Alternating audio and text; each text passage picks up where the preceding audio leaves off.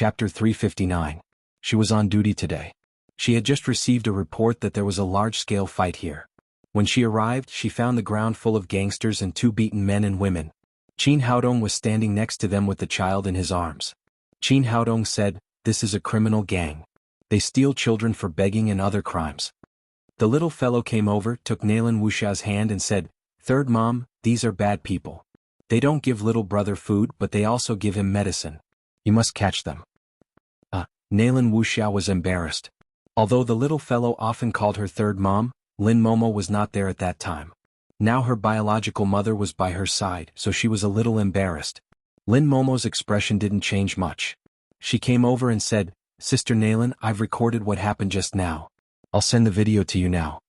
Then she sent the video of the short and fat man confessing to the crime to Nalan Wuxia. "Thank you, Sister Momo." Nalan Wuxia and Lin Momo both knew each other's existence, but they were still a little nervous when they were together. She turned around and waved to the police behind her. "Take all these people back to the police station for interrogation. Comrade police, these beasts must be punished. It's best to let them stay in prison for a long time. Prison alone can't make up for their sins. The 2 leaders should be shot for 5 minutes. This kind of scum should be sentenced to death. Otherwise, they will harm ordinary people. People express their dissatisfaction in their hearts." At this time, Qin Haodong put the child on the bench next to him, and then carefully pricked him with a few silver needles. He used greenwood genuine qi to help him sort out the damaged meridians. After a few minutes, the child opened his eyes and began to cry. Someone in the crowd said, "This child must be hungry. Human traffickers are really evil. These damn human traffickers let the child help them make money, but they don't let the child eat enough. They don't even give the child money for milk powder." At this time, a middle-aged woman came over and handed a bottle to him. She said, "Young man, this is the milk powder I brought for my son. It's still hot. Give some to the child." Lin Momo was more experienced in taking care of children. She took the bottle and tested the temperature, then put it into the child's mouth. The child was indeed starving. When he felt the pacifier, he immediately gobbled it up. Soon he finished all the milk in the bottle. Then he opened his big black eyes and looked around curiously. Qin Haodong said to Nalan Wuxia, "This child was stolen by human traffickers. I'll leave him to you. Try to find his biological parents as soon as possible." "All right, I understand." Nalan Wuxia took the child and turned to get into the police car. At this time, the chunky man and his hooligans had been taken away by the police. The onlookers also dispersed in 2s and 3s. Qin Haodong's family of 3 strolled forward. Lin Momo looked solemn and thoughtful. Qin Haodong said, "What? Are you still thinking about that?" Lin Momo stopped and said, "I just don't understand. They have hands and feet and can do anything. Why don't they work hard by themselves? Why are they willing to kneel on the ground and exchange their dignity for charity? Is their dignity so worthless?" Qin Haodong said, "In fact, it's easy to understand. There are all kinds of birds in a big mountain. In such a big world, there are always people who love ease and hate work. They want to get things without working because they are lazy. Dignity and face are important to us, but they are worthless in their eyes." The little fellow seemed to understand their conversation and asked, "Papa, did they really steal that little brother?" Qin Haodong said, "Yes, there are always some bad people in this world who like to steal children. So you must be careful in the future. Don't eat strangers' food, let alone go with strangers." The little fellow nodded hard and said, "Yes. I'm the most obedient." Lin Momo said, "These human traffickers really deserve to be cut into pieces. They destroy several families by stealing a child. They don't even treat the child as a human being and don't even give him enough to eat." Qin Haodong said, "There is no other way. This situation is not uncommon in the whole country. These people take advantage of people's sympathy for children, so they steal children as begging tools. Some even disable them directly, making them more pitiful and winning people's sympathy. So, sometimes when we give out love, we must open our eyes wide. Otherwise we will be helping those bad people." Lin Momo nodded and said, "I see. What happened today not only taught the little fellow, but also taught Lin Momo, who was usually high and mighty, a lesson, so that she had a new understanding of the darkness at the bottom of the society." After this incident, the 3 of them lost interest in playing. They directly got in the car and went back to Lin's villa. Just after dinner, Qin Haodong's phone rang. It was Long Haisheng. After pressing the answer button, Qin Haodong said, "Brother Long, what's the matter?" He and Long Haisheng got to know each other through fighting. Although Long Haixing was in the underworld, he could always keep the bottom line, which made Qin Haodong respect him very much. At the same time, Qin Haodong had a good impression of him. "Brother Qin, can you come to my place? Dafei was injured by someone and I want you to take a look at him." "Dafei was injured? Well, I'm coming now." Qin Haodong was slightly surprised. Dafei was the #1 warrior under Long Haixing, and his cultivation was quite strong. In addition, Jiangnan City was Long Haixing's territory. How could he be injured? What was the background of the other party? After hanging up the phone, he drove directly to Long Haixing's home. There were many bodyguards at the door with guns and they looked nervous. However, these people all knew Qin Haodong and let him go immediately when they saw him. After entering the door, he saw Dafei, who was as strong as an ox, lying on the bed. His face was pale, his left arm had been completely broken, and the right side of his chest was slightly collapsed. It seemed that his sternum was also broken. He coughed from time to time and spat out a lot of blood foam. Seeing Qin Haodong enter the door, Long Haixing hurriedly greeted him and said, "Brother Qin, you're here. Take a look at Dafei." Qin Haodong nodded and came to Dafei's bedside. He reached out and felt his pulse. Seeing Qin Haodong, Dafei wanted to say something, but a big mouthful of blood came out of his mouth. "Don't talk. Don't worry. I'm here. You can't die even if you want to," Qin Haodong said as he took out a healing elixir and put it into his mouth. The elixir melted in his mouth. Soon Dafei felt a coolness in his chest. The pain was relieved a lot and he stopped coughing blood. Qin Haodong reached out and pulled open Dafei's clothes. He saw a huge black palm print on his chest. He frowned. This was the black sand palm. Long Haixing said nervously, "Brother Qin, how is Dafei? I don't dare to send him to the hospital because he is so badly injured. I can only ask you to help him." Indeed, when he saw Dafei's miserable appearance, his first thought was that only Qin Haodong could save him. "Don't worry. It's no big deal," Qin Haodong said as he took out the needle bag and began to treat Dafei.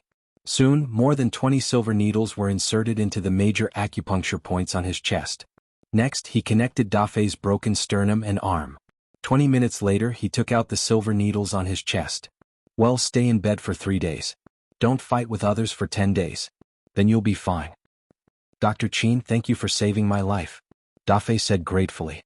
He knew very well how badly he was injured. At that moment he almost touched the breath of death. If Qin Haodong hadn't helped him, he would have been dead.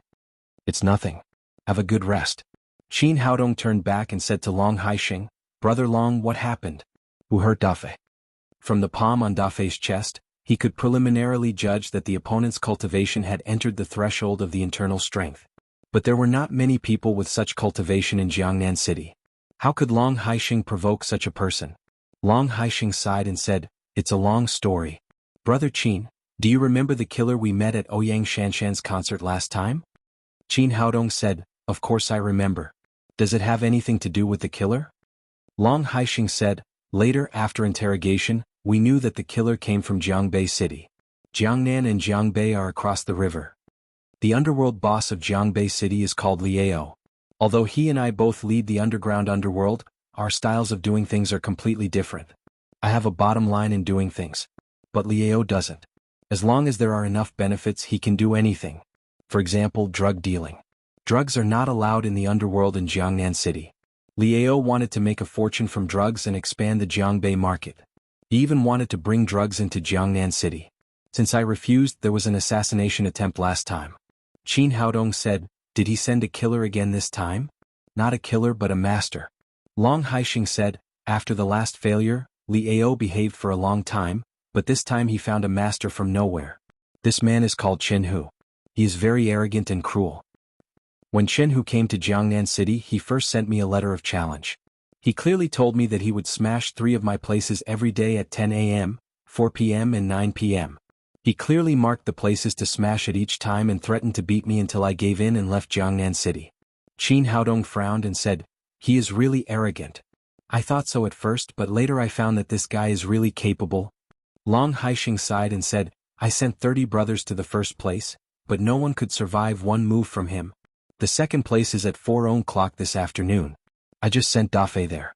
As you can see, Dafei was defeated by him in 3 moves. He almost lost his life and the place was smashed to pieces by him." Qin Haodong said, "Brother Long, have you ever thought of calling the police? No matter how arrogant he is, he won't dare to fight against the authorities." Long Haixing shook his head and said, Brother Qin, you don't know the rules of our underworld.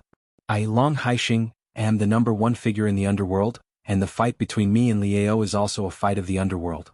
If I turn to the authorities for help, I will be laughed at by the whole underground world. Even if Qin Hu is arrested by the police, I will not be able to stand in Jiangnan City in the future. Liao had also calculated this point, so he sent Qin Hu alone. Qin Haodong nodded and said, In this case, Brother Long, I will go with you at 9 p.m. to kill Li Hu. On the one hand he respected Long Haixing's courage, and on the other hand he was very resistant to drugs, so he decided to help Long Haixing. Chapter 360. As soon as he finished speaking, Dafei hurriedly cried, Dr. Qin, you can't do that. You're no match for Li Hu. He had once fought with Qin Haodong and felt that Qin Haodong was inferior to Li Hu. But he didn't know that Qin Haodong had just reached the 9th level of overt power at that time. Now he had reached the 9th level of covert power, which meant that he was half a step into the ranks of supreme power. Long Haixing also said, Yes, Brother Qin, although you're good at martial arts, you're a doctor after all. You'd better stay away from this kind of fighting and killing. If you're hurt, I'll feel guilty for the rest of my life.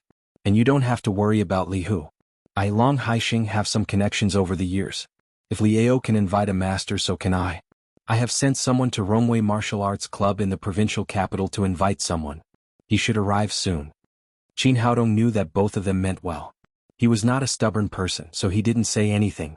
It would be best if the people from the Rongwei Martial Arts Club could solve the problem. Just then a bodyguard ran in from outside and said, Boss, Master Yi from the Rongwei Martial Arts Club is here.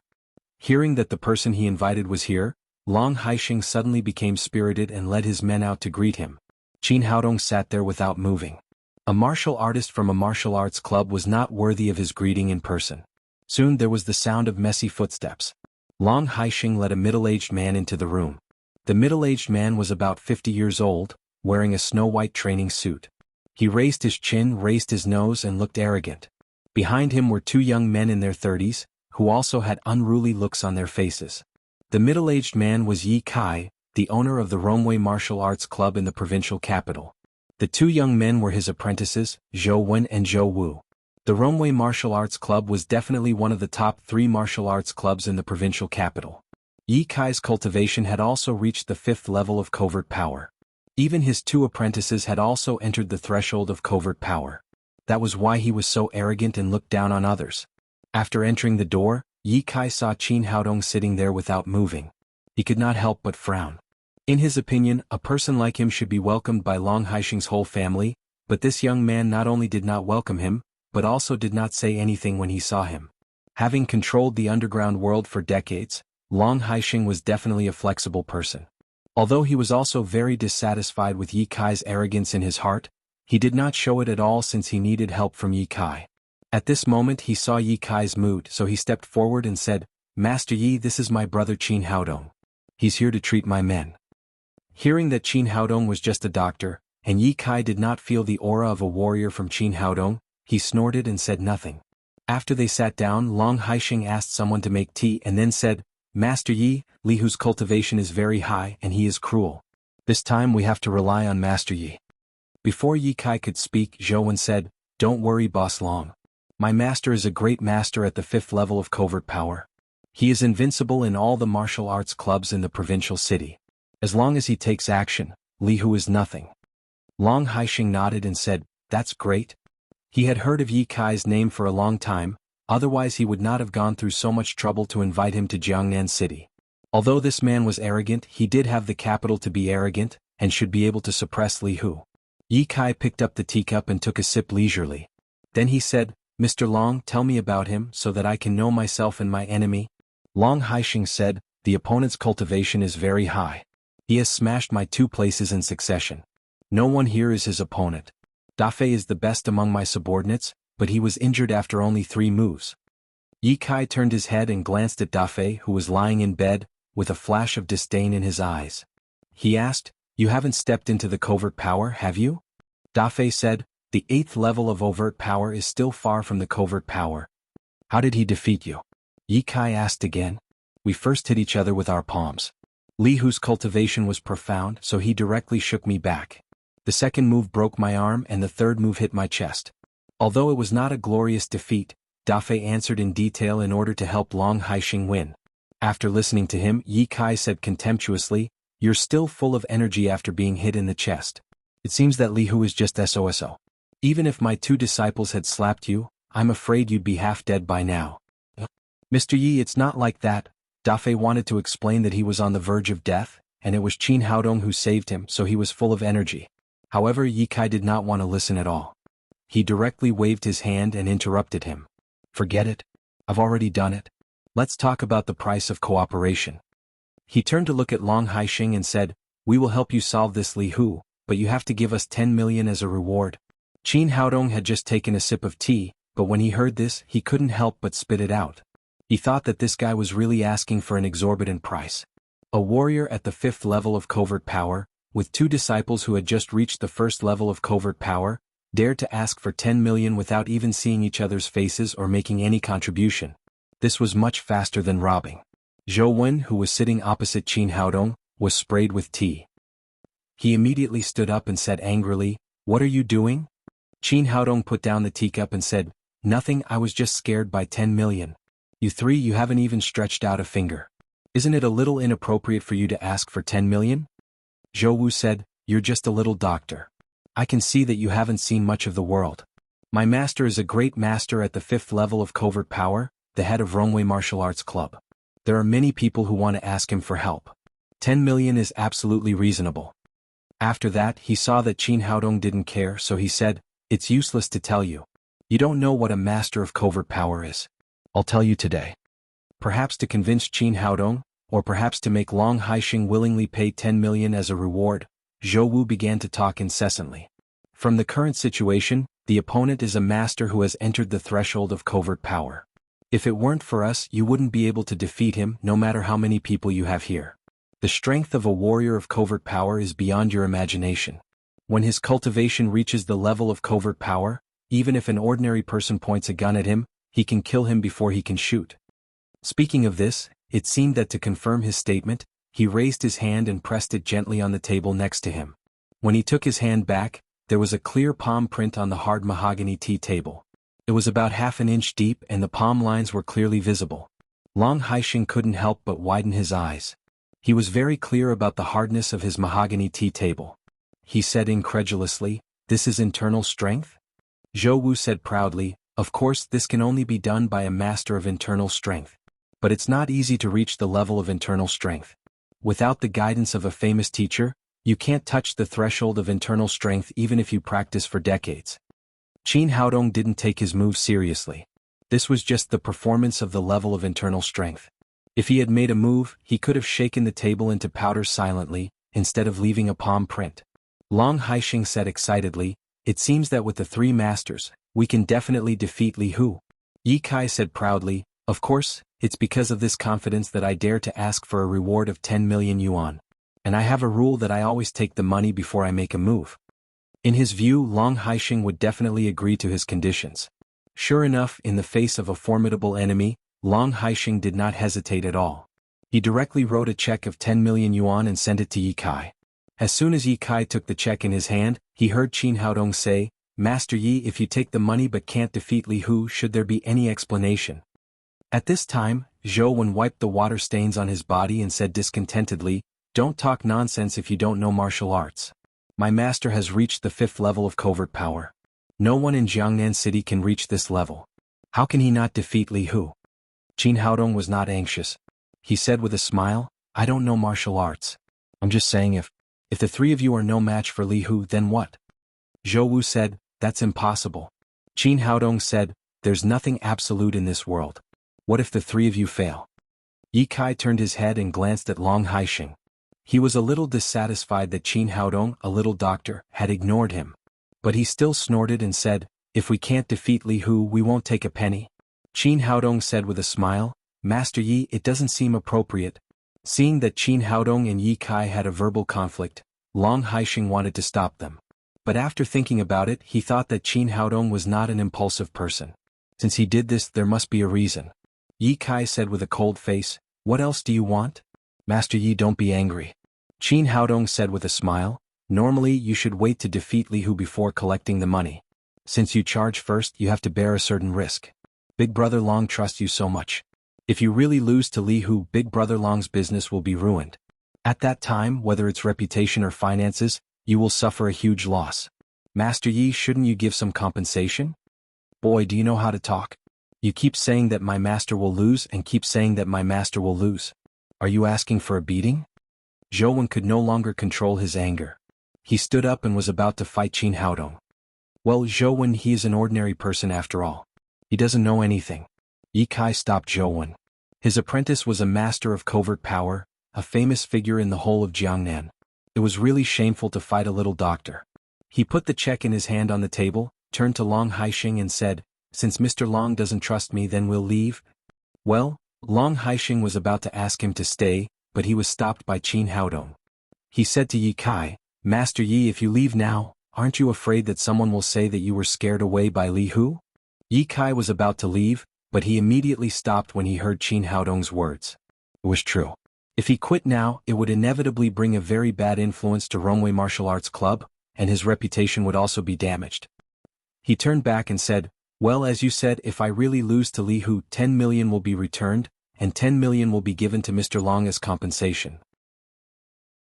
Chapter 361. Yi Kai had always been arrogant and rarely paid attention to others. Moreover, he had collected information about Li Hu before he came. He had never heard of such a person in the whole Wuxia.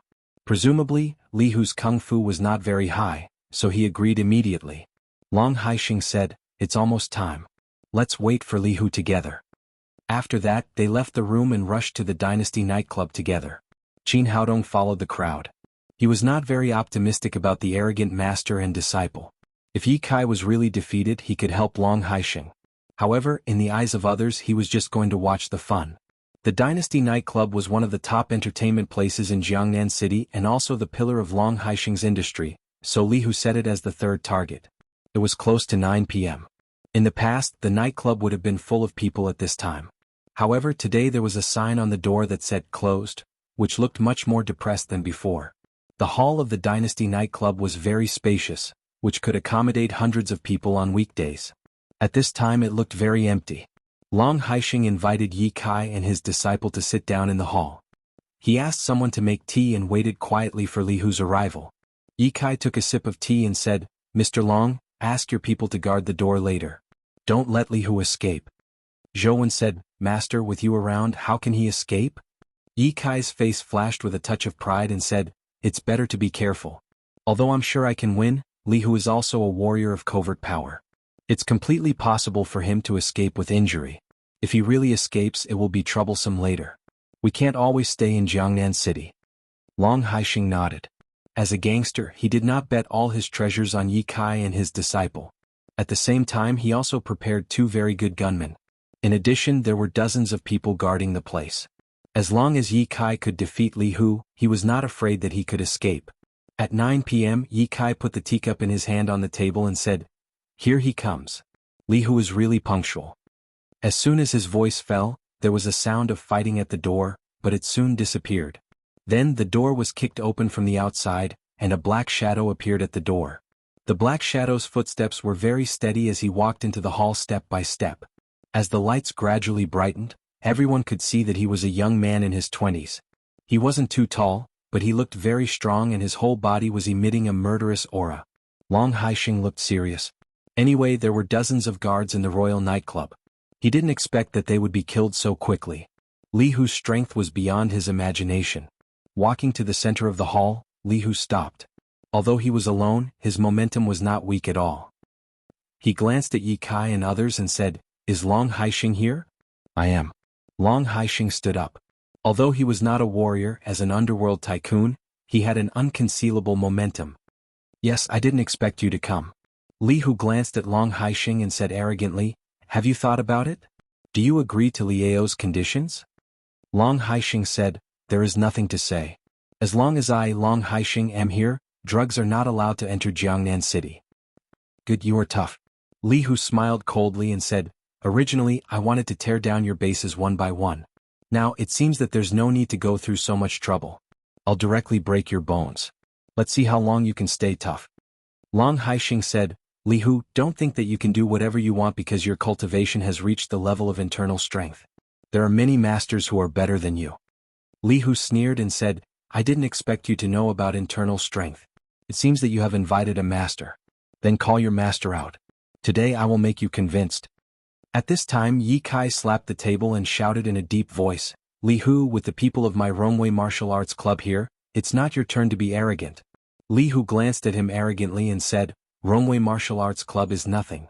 If you annoy me, I will tear down your martial arts club later. What an arrogant boy. Yi Kai said to Zhou Wen, go and see how strong he is. How dare he not take our Romway Martial Arts Club seriously? Don't worry, master. I will definitely beat this boy to the ground. As Zhou Wen spoke, he stood up and strode in front of Li Hu. Yi Kai said to Long Haixing, Zhou Wen is my eldest disciple. He began to practice martial arts with me when he was 5 years old. A year ago he entered the threshold of internal strength. He is absolutely the best among the young warriors. It is not a problem to beat Li Hu.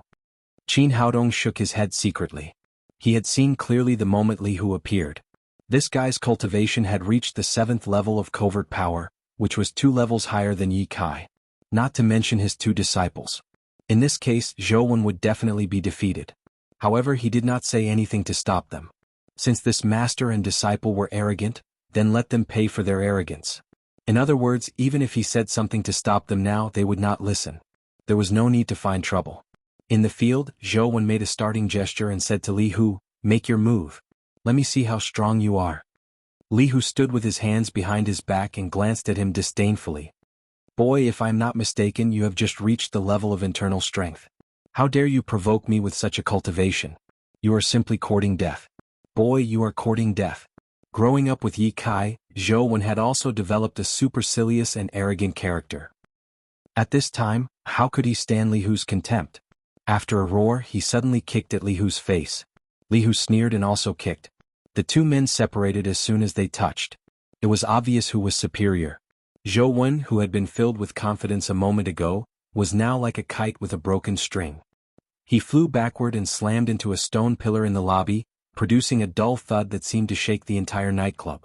Zhou Wen fell to the ground and spat out a mouthful of blood. Fortunately, this was a nightclub and the stone pillars were all wrapped in soft packaging. Otherwise, he would have broken his bones. Zhou Wen. Yi Kai's expression changed as soon as Li Hu attacked. He quickly ran over to help Zhou Wen up. At this moment, there was a huge footprint on Zhou Wen's chest. As soon as he sat up, he spat out another mouthful of blood. At this time, Zhou Wu had already rushed to Li Hu. Zhou Wu, come back quickly. You are no match for him. When Yi Kai shouted, it was too late. Zhou Wu's body flew out again and hit the stone pillar that Zhou Wen had just hit. He fell to the ground and spat out a mouthful of blood. What was different from Zhou Wen was that there was a huge palm print on Zhou Wu's chest. It was the iron palm. Li Hu took 2 steps forward and said to Yi Kai coldly, your 2 apprentices are too weak. They are not even enough for me to warm up. Now it is your turn. Yi Kai's heart trembled and his face lost the initial arrogance. Although his 2 apprentices were a little weak, they were still masters of internal strength. He did not expect that they would be so vulnerable in front of Li Hu. Of course, at this point he had no way out. He could only brace himself and fight. Under everyone's gaze, Yi Kai slowly stood up and walked to Li Hu. He cupped his fists and said, I am Yi Kai from Jiangnan Rongwei Martial Arts Club. May I ask who your master is?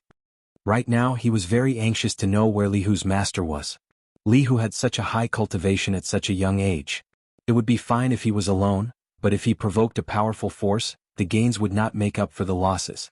Li Hu smiled and said, do you want to have a relationship with me? Don't waste your time. I came back from overseas. Now I will give you 2 choices. Either get out of here or come here to die. No matter what, Yi Kai was the owner of Romway Martial Arts Club, one of the top figures in Jiangnan martial arts. At this time, his face had been trampled on. How could he suppress his anger? He said angrily, boy, you're too arrogant. Whether I am arrogant or not, we will see. Li Hu said as he struck first and punched Yi Kai in the face. Yi Kai did not show weakness and met it with his palm. The 2 of them clashed against each other and exchanged 7 or 8 blows. The bystanders only saw 2 black shadows entangled with each other. Every punch and kick brought about a strong gust of wind. Wherever they hit, the tables and chairs were shattered into pieces. Is this the power of a warrior with internal strength? Long Haixing was secretly shocked. Although he used to be the underground leader, Qin Haodong was the one with the highest cultivation he had seen. At that time, Qin Haodong had not yet entered the threshold of covert power and had not exerted his full strength. This time, Li Hu came to make trouble, which also taught him a lesson. In the future, no matter how much money he spent, he must find some masters at the level of covert power. Otherwise, it would be difficult for him to gain a foothold in Jianghu. As he thought, he stared at the two men in the field, praying that Ye Kai could defeat Li Hu or at least not fail. Otherwise he did not know how to survive tonight. It turned out that prayer did not work. Strength trumped everything. With a muffled bang, the two men in the field separated. Li Hu stood in the field like a nail with amazing momentum, while Ye Kai stepped back 7 or 8 steps in succession. His face was pale and there was blood on the corner of his mouth. His body swayed and he almost fell to the ground.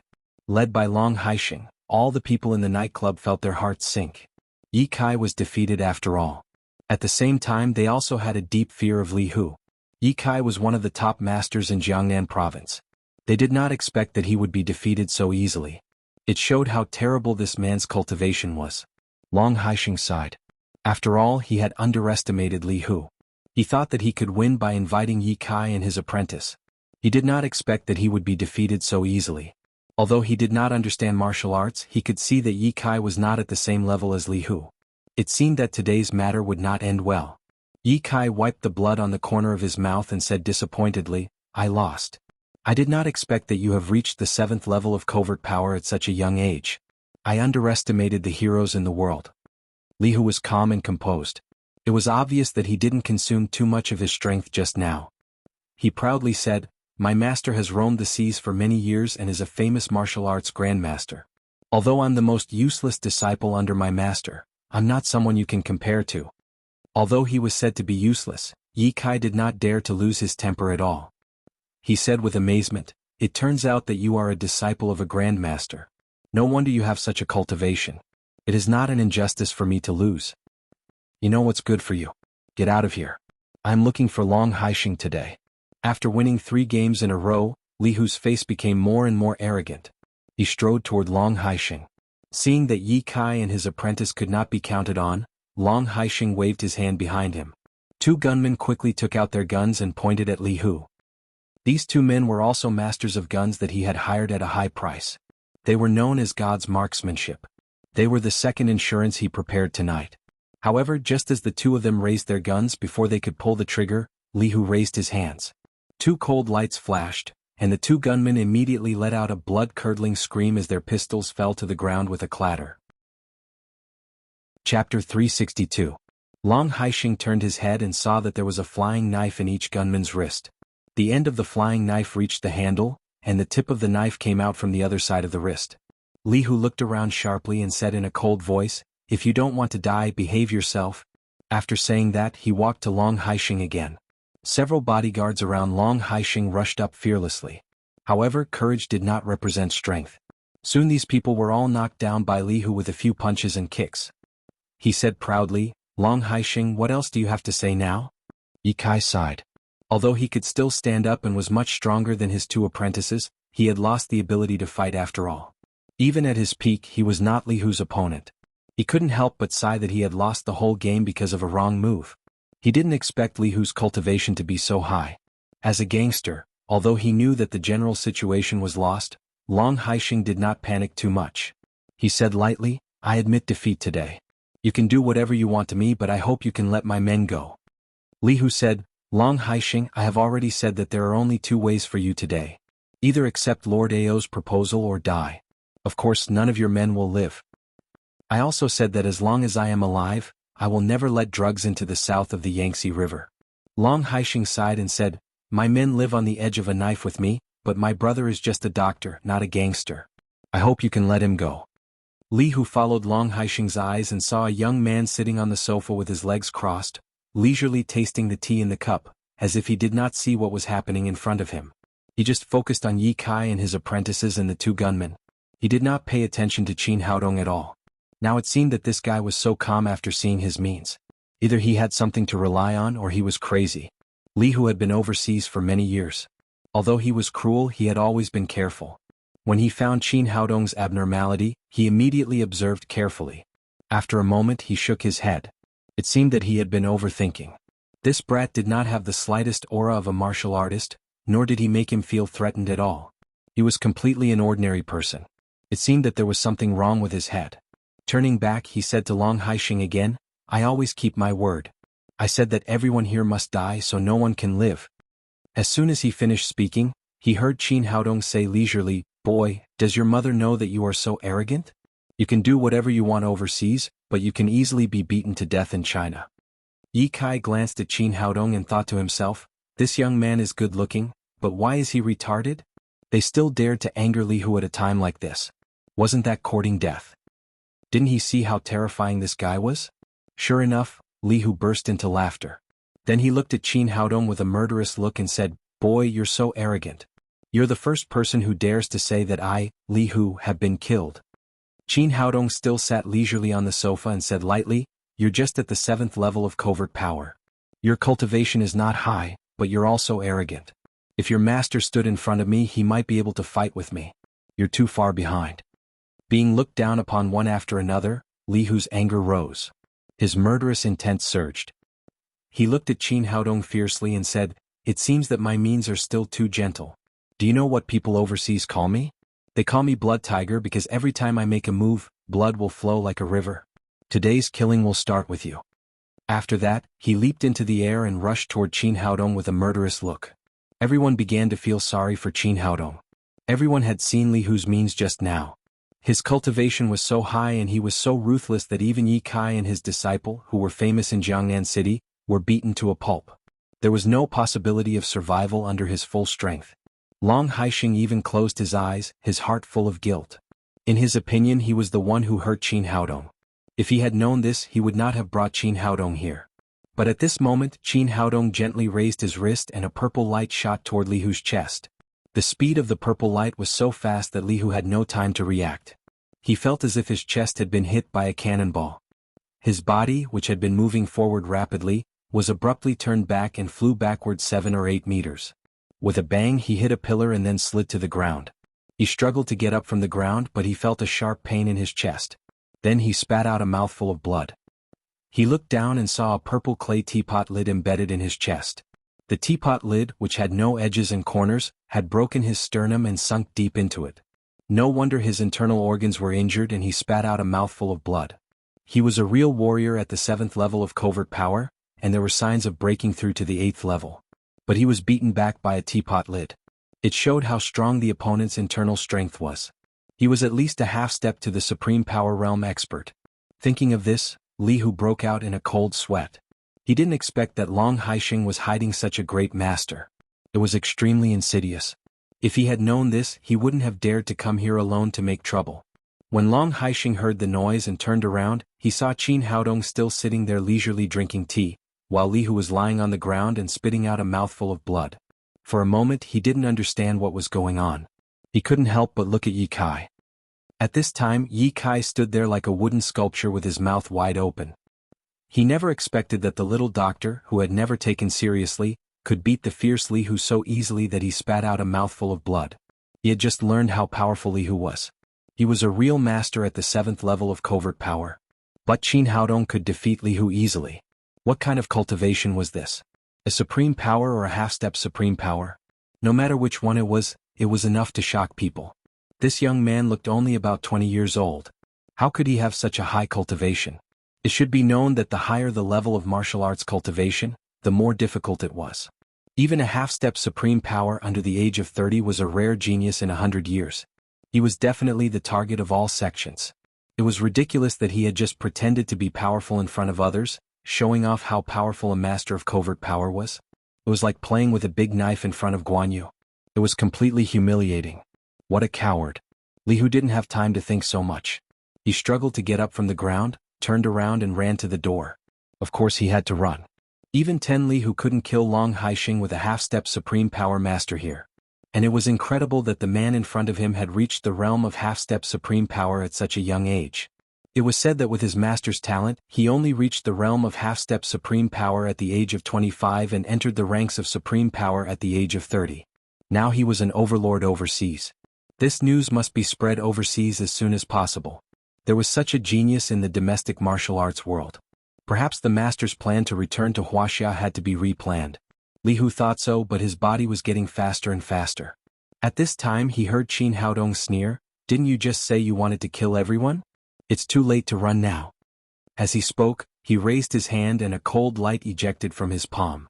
Before Li Hu could run a few steps, the 1,000 blades shot through his right knee and nailed him to the ground. Qin Haodong seemed to have done a trivial thing. He slowly drank up the tea in the cup, then stood up and walked to Li Hu. He raised his hand and pulled out the 1,000 blades. Then he wiped the blood on Li Hu's body and asked, "Tell me who sent you here. What is your purpose in coming to Jiangnan?" Although the 1,000 blades had been pulled out, Qin Haodong was standing in front of him. Li Hu didn't dare to run away. He thought for a moment and said, "Little brother, although your cultivation is very high, listen to me. There are some people you can't afford to offend." He originally wanted to scare Qin Haodong by saying his master's name. But before he finished speaking, Qin Haodong turned his wrist and the 1,000 blades was inserted into his left leg again. "I asked you to answer my question," Qin Haodong said coldly. "It's Liao from Jiangbei. He asked me to come here and force Long Haixing to open the drug market in Jiangnan." The severe pain made Li Hu's head drip with cold sweat. He didn't dare to say anything else and answered Qin Haodong's question honestly. "Do you think I will believe it? Would an expert of your level listen to a mafia boss?"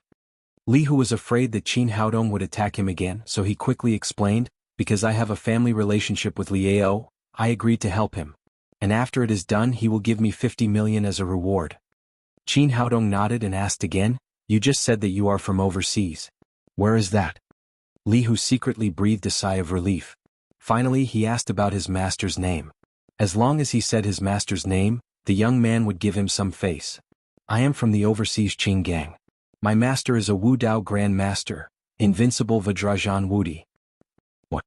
Your master is Zhan Wudi?" Yi Kai, who was next to him, suddenly turned pale with fright. A smug look appeared on Li Hu's face as he said, "My master is the Invincible Vajrajan Wudi. Now you can let me go." In his opinion, with his master's name, as long as one was a martial artist, they would give him some face. No one would dare to kill him. In fact, he was completely using his master's name to intimidate others. The real master of Zhan Wudi was his brother, Li Long. He just relied on his relationship with Li Long to become a nominal disciple. But even so, it was enough for him to dominate the world with the name of Zhan Wudi. Even if someone had a higher cultivation than him, no one dared to provoke him for the sake of his master. The young man in front of him must be the same. Unexpectedly, Qin Haodong turned to look at Yi Kai and asked, "Who is Zhan Wudi? What does he do?" Puff. Li Hu spat blood again. After so many years in Jianghu, it was the first time that someone had not heard of the name Zhan Wudi. Yi Kai obviously felt that his IQ was not enough today. He looked at Qin Haodong in confusion and said, "Senior, have you really not heard of the title of Invincible Vajra?" Although Qin Haodong was obviously much younger than him and even younger than his two disciples, Qin Haodong's cultivation was high. It was very likely that he was a disciple of a big sect who came out to gain experience, so he directly lowered his status and called Qin Haodong senior. "No, is he very famous?" Qin Haodong said in surprise. Originally, Yi Kai thought that Qin Haodong pretended not to have heard of Zhan Wudi in order to suppress Li Hu's prestige, but his expression did not seem to be pretending at all. He really didn't know. He could never imagine that a master who was half a step to the supreme power realm would not know who Zhan Wudi was. After confirming this idea, Yi Kai said with a wry smile, "Zhan Wudi, as his name suggests, is a martial arts addict." At the age of 25, he became a half-step to the supreme power realm. At the age of 30, he officially became a supreme power. At the age of 40, he created the title of Invincible Vajra. Now no one knows how high his cultivation has reached, but he is definitely a generation of experts that people look up to. Chapter 363. After hearing Yi Kai's words, Li Hu straightened his chest and said proudly, "Since you know my master's name, you should let me go now, right?" "Let you go?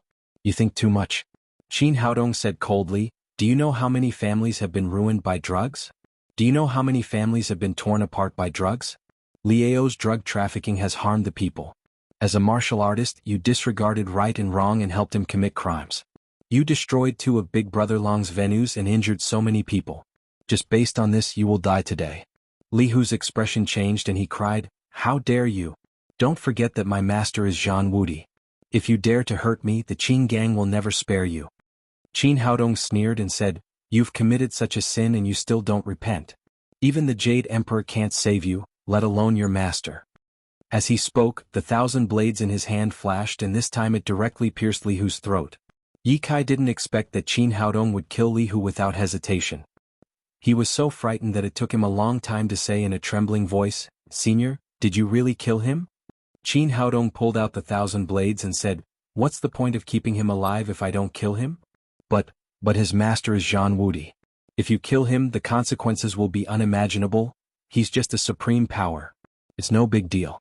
Qin Haodong turned to Long Haixing and said, "Brother Long, spread the news that I killed Li Hu." Long Haixing said, "How can I do that? Brother Qin is helping me, so if anything happens, I, Long, will take full responsibility." Qin Haodong shook his head and said, "Brother Long, this is a matter between us warriors. You can't take responsibility even if you want to. Even if you say that you killed Li Hu, no one will believe it. Just do as I say."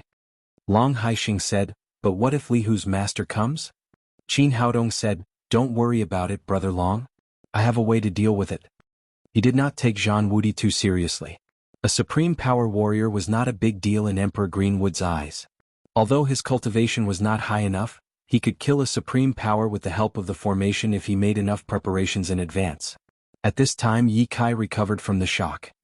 He thought for a moment and said, "Mr. Long, you don't have to worry too much. Zhang Wudi has been living abroad for 10 years. He won't set foot in Wuxia easily." Qin Haodong glanced at him and asked, "Why? Is there a reason for this?" Ye Kai said, "Senior, have you really never heard of Zhang Wudi?" "Never heard of it." Qin Haodong shook his head. In the past 5 years he had been in the cultivation world, so he didn't know anything about the earth. 5 years ago he was just a college student who was busy working and studying, so he didn't know anything about warriors. As the boss of the underworld, Long Haixing didn't know anything about Wulin. He was also very interested in Zhang Wudi and said, "Master Yi, tell me the story of Zhang Wudi. We have to start from 10 years ago." Ye Kai revealed a look of nostalgia and began to tell his story. As a rare martial arts genius, Zhang Wudi entered the ranks of Wu Dao Grandmasters at the age of 30. At the age of 40 he began to challenge all the masters in the world. As long as their cultivation reached the supreme power realm, he would challenge them. He vowed to become the #1 martial artist in Wuxia. If it was just a challenge, it would be fine. However, Zhang Wudi was ruthless. Anyone who was defeated by him would either die or be disabled. In less than a month he killed 18 supreme power realm martial artists in Wuxia. Not only did he create the title of Invincible Vajra, but he also made the whole martial arts world bloody. All the strong people were in danger. Qin Haodong said, "He was really crazy." What was Zhang Wudi's cultivation at that time? Ye Kai shook his head and said, "This has always been a secret in the martial arts world. No one knows how high Zhang Wudi's cultivation has reached." Among the 18 supreme power masters he challenged, the highest cultivation had reached the 7th level of the supreme power realm, but they still couldn't withstand 10 moves from him. This is also the reason why other strong people are frightened, because no one knows how powerful Zhang Wudi is. Long Haixing asked, "What happened later? How did he end up overseas?" Ye Kai said, "Times make heroes." Just when the whole martial arts world was in a panic, another peerless strong master Hao Yu appeared. He and Zhang Wudi had a fight at Dongting Lake. This battle shocked the whole martial arts world. Countless people went to Dongting Lake to watch the battle. The two great grandmaster experts fought for an entire day and night. I was fortunate enough to see the fight. It was a fight that made the sky dim and the earth dark, the sun and the moon dim. Long Haixing couldn't help asking, "What happened in the end? Who won?" "Of course it was Master Hao Yu." Ye Kai said with reverence.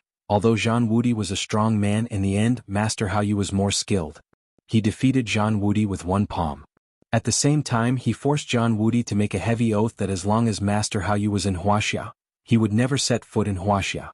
From that day on Zhang Wudi left Wuxia and lived overseas. Later, I heard that he joined the Qin gang and became the first elder of the Qin gang. Speaking of this, he couldn't help sighing. Fortunately, there was a strange person like Master Hao Yu. Otherwise, the martial arts world of Wuxia would have been slaughtered by Zhang Wudi.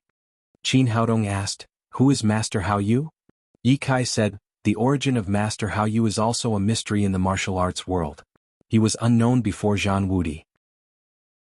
No one had heard of his name at all. No one knew his master or where he came from.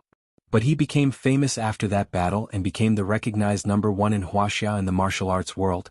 After that battle, Master Hao Yu disappeared again. It has been 10 years since then. Few people have seen him again, but his title as the number one in the martial arts world has never changed. There is a saying in the martial arts world that whoever wants to be the number one in the world is not qualified to challenge Master Hao Yu unless he goes overseas and defeats Zhang Wudi. But Zhang Wudi has been overseas for many years. It is said that his cultivation has reached an incredible level. Some people say that he has reached the 9th level of the Supreme Power Realm, and some even say that he has reached the legendary saint. Whether the legend is true or not, in short, it is a blessing that this evil star does not return to Wuxia. No one dares to provoke him. Qin Haodong nodded. He had learned something about the martial arts world from Ye Kai. It was a worthwhile trip. Although there were many masters in his daddy's security company, and there were more than a dozen of them who had reached the level of covert power, these people were all cultivated by him. They were also not authentic martial artists, and they knew very little about the secrets of Wulin. Hearing that Zhang Wudi could not return to Wuxia, Long Haixing calmed down a lot. At least he didn't have to worry about Qin Haodong's safety. He ordered his men to dispose of Li Hu's body. Today's matter was over. Ye Kai took out the check from his pocket and handed it to Long Haixing. He said to Long Haixing with a guilty face, "Mr. Long, we are not good at martial arts and almost ruined your business. I'm really ashamed. I'll return the money in full. According to what Senior Qin said before, I will give you 10 million yuan as compensation for your loss. But we don't have that much cash. I will transfer the money to your account later." Long Haixing said, "Both of you are seriously injured. Forget the compensation. My brother was just joking." Ye Kai looked at Qin Haodong awkwardly. Qin Haodong said, "Forget about the 10 million yuan. Remember to avoid arrogance and rashness in the future. There is always someone better than you. It's not good for you to be too proud." "Senior, you're right," Ye Kai said and bowed deeply to Qin Haodong. "I didn't know you were a master just now. Please forgive me for offending you. Let bygones be bygones." Qin Haodong reached out and gently lifted Ye Kai up with an invisible genuine qi. He had just learned a lot of martial arts secrets from Ye Kai, and now he had a much better impression of him. "Take off your clothes. I'll treat your injury." Ye Kai was slightly stunned at first, and then he said in surprise, "Thank you, Senior."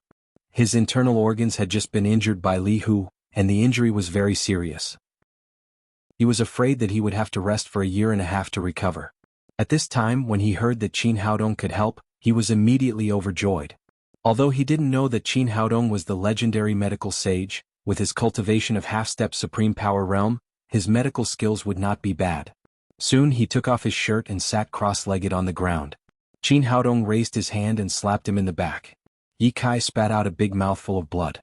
But this time it was black blood mixed with some blood clots. It was the extravasated blood caused by the internal injuries. After spitting out a mouthful of blood, Ye Kai suddenly felt a lot more comfortable in his chest, and the pain just now had disappeared. Qin Haodong gave him another healing elixir and said, "Go back and rest for 7 days and you'll recover." "Thank you, Senior," Ye Kai said and bowed to Qin Haodong again. If he had bowed before because he was afraid of Qin Haodong's cultivation of half-step Supreme Power Realm, now he was sincere and completely convinced by Qin Haodong's cultivation and demeanor. Qin Haodong nodded slightly, pointed to Zhou Wen and Zhou Wu next to him and said, "Bring them here, I'll treat them together." "Thank you, Senior." Ye Kai was overjoyed and quickly carried his 2 disciples over. Zhou Wen and Zhou Wu's injuries were much more serious than Ye Kai's. Qin Haodong first gave them healing elixirs and then he gave them acupuncture. Half an hour later, the 2 men who had been dying stood up from the ground again. Although they were still a little tired, they were much better than before. The 2 men knelt in front of Qin Haodong and said guiltily, "Senior Qin, we were blind.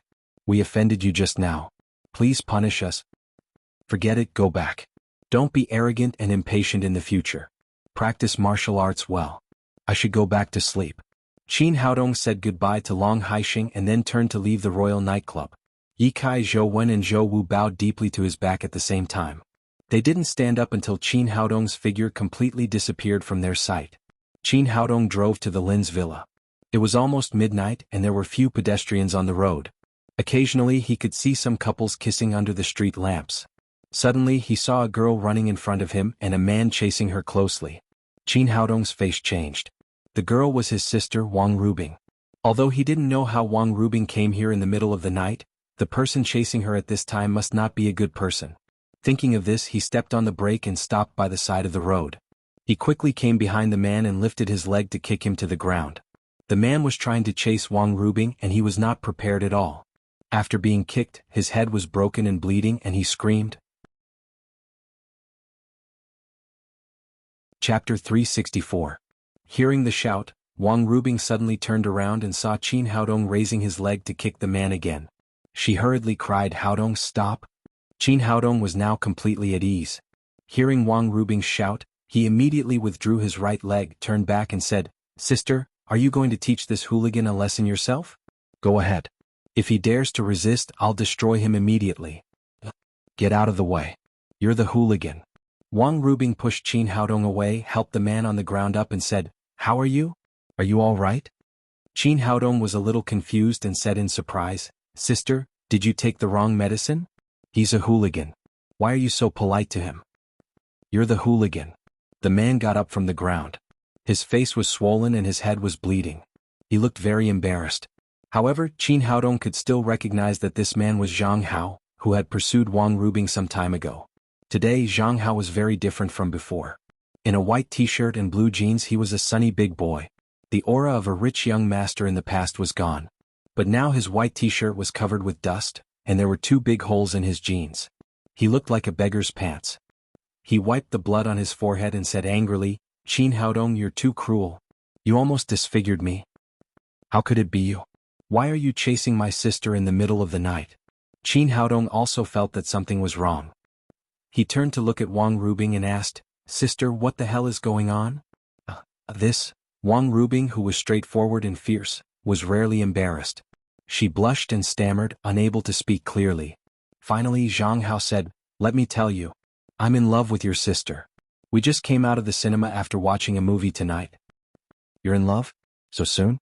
It was Qin Haodong's turn to open his mouth in surprise. A few days ago Wang Rubing hated Zhang Hao very much. He didn't expect that they would be together so soon. Zhang Hao took the tissue from Wang Rubing, wiped the blood and mud on his forehead, and said excitedly, "I have to thank you for this. Last time you told me that if I wanted to pursue Rubing, I had to show sincerity. Not all girls like money. After returning home I changed myself. I stopped relying on my family's wealth and turned myself into an ordinary person. I pursued Rubing with sincerity and she agreed." Holy *T. Qin Haodong just said it casually that day and he even forgot what he had said. He didn't expect that Zhang Hao, the fool, would actually do as he said and magically succeed. However, it could also be seen that Zhang Hao had a good nature and was sincere to Wang Rubing. It was a good choice for them to be together. Zhang Hao said proudly, "For the sake of your help, I'll forgive you for kicking me." Qin Haodong came to his senses and asked again, "Even if you've won my sister's heart, what are you playing at night? Hadn't he already gotten her? Why did she run in front of you while you chased her?" Zhang Hao said with a sad face, "That's because I just came out of the cinema.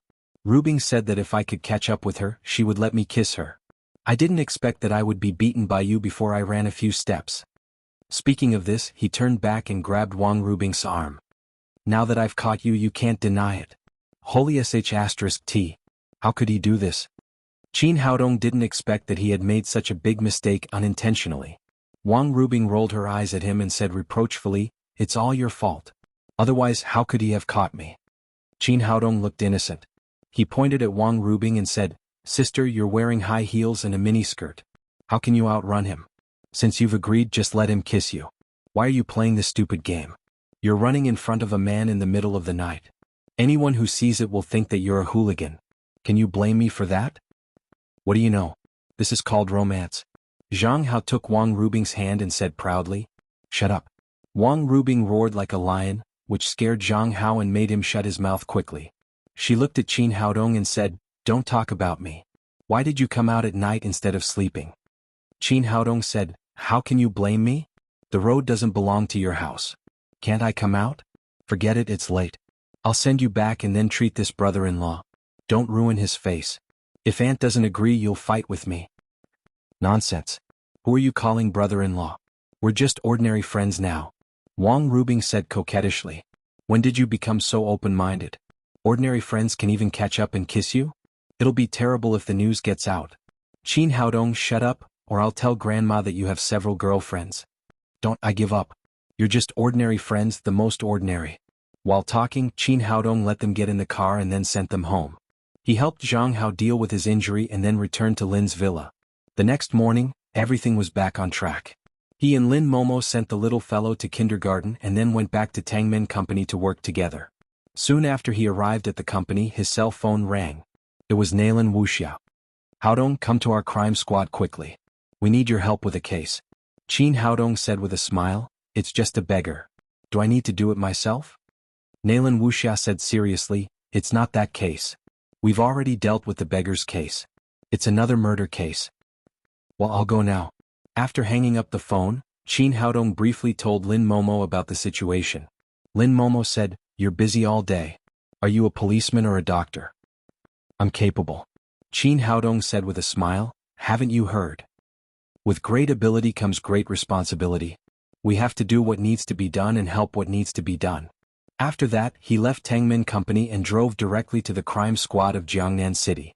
Walking into the conference room, he saw Wang Jianfeng, who had been promoted to deputy director, sitting in the middle. Next to him was Nailin Wuxia and 7 or 8 backbones of the crime squad. Even Wang Jianfeng attended the meeting in person, which showed that it was a big case. Seeing Qin Haodong enter the door, Wang Jianfeng quickly stood up and warmly invited him to sit next to him. Dr. Qin, I'm sorry to trouble you again, but in order to solve the case quickly, I can only ask for your help. Qin Haodong smiled and said, it's okay, Director Wang. It's my duty to help. Tell me, who do you want me to interrogate? In the past, he had helped the Public Security Bureau several times and was responsible for interrogation. This time, he took it for granted that he wanted to use his mind manipulating to interrogate. Dr. Qin, I'm not asking for your help this time. Wang Jianfeng said with a wry smile, to be honest, there have been several murder cases in succession, but so far we haven't even determined the direction of the suspect. There is no target for interrogation at all. Qin Haodong said in amazement, well, what can I do to help? When it comes to solving cases, I'm not as good as everyone here. Wang Jianfeng said, everyone knows that Dr. Qin is the medical sage, who has inherited ancient Chinese medicine and is proficient in medicine, martial arts, and magic. Considering that you may be needed in this case, I invited you here.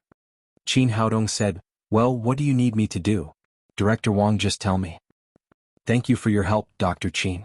After Wang Jianfeng finished speaking, he turned to Nailin Wuxia and said, Captain Nailin, let's start our case analysis meeting. Nailin Wuxia said, 6 days ago, there was a murder in the jurisdiction of the East City branch. Because there was only one case at that time, it was put under the jurisdiction of the East City branch. 3 days ago, there was another murder in the West City branch.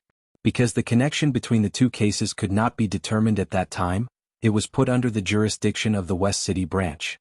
But just last night, there was another murder in the South City branch. In less than a week, there were 3 murders in succession, and there was some connection between these cases, so the Municipal Bureau decided to hand over all of them to the Criminal Police Unit of the Municipal Bureau to investigate. Speaking of this, she opened the notebook in front of her and said, next, I'll introduce the basic situation of the case. The first case happened in the Yaowang Temple in Jiangnan City. The victim was a 38-year-old male. He was anesthetized and killed. His heart was removed alive, which led to his death. This case was under the jurisdiction of the East City branch. The second case happened on a cruise ship on the river. The victim was a 32-year-old female. She was also anesthetized and killed. Both of her kidneys were removed. This case was under the jurisdiction of the West City branch. The third case happened in the forest park of Jiangnan City. The victim was a 46-year-old male. He was also anesthetized and fainted, and then his liver was removed. This case was under the jurisdiction of the South City branch. After our research in these 3 cases, the criminal's method of removing the victim's organs was very professional. He should have been professionally trained in medical treatment. It is very likely that it was done by one person, so they agreed to let us file the case for investigation. At this time, a policeman said, Captain Nailin, in recent years, there have been more and more cases of human organ trafficking, and more criminals are engaged in the removal of human organs. Isn't it a little rash to combine the 3 cases with only surgical methods? Nailin Wuxia said, you're right. It's not enough to combine the 3 cases with this alone, but we found this at the scene of the 3 murders. Then she opened a file bag and took out a stack of photos from it. She gave one to each of them. The policeman present took the photos and found a very strange red symbol on them, but no one knew what it was. Captain Nailin, what is this? The policeman who had just spoken asked in confusion. I don't know what it is either. The criminal drew such a strange symbol at the scene of each murder. Because of this, we think that the 3 cases were done by one person or a gang. After that, Nalan Wuxia turned to look at Qin Haodong and said, "Haodong, this is why we invited you here. Do you know this symbol?" Qin Haodong looked at the photo in his hand and said, "If I'm not mistaken, this is the Taoist soul-calming talisman." Nalan Wuxia had originally invited Qin Haodong to come with a tentative attitude.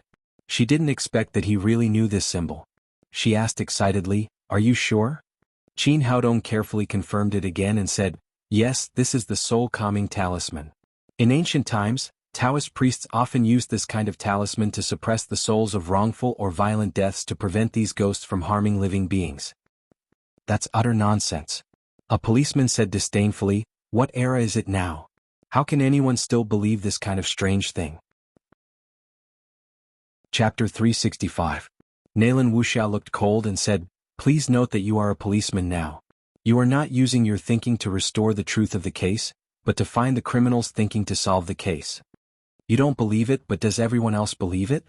Then explain to me why this special symbol appeared at all 3 murder scenes? Are you going to tell me that the criminal likes to draw?" The policeman was speechless for a moment.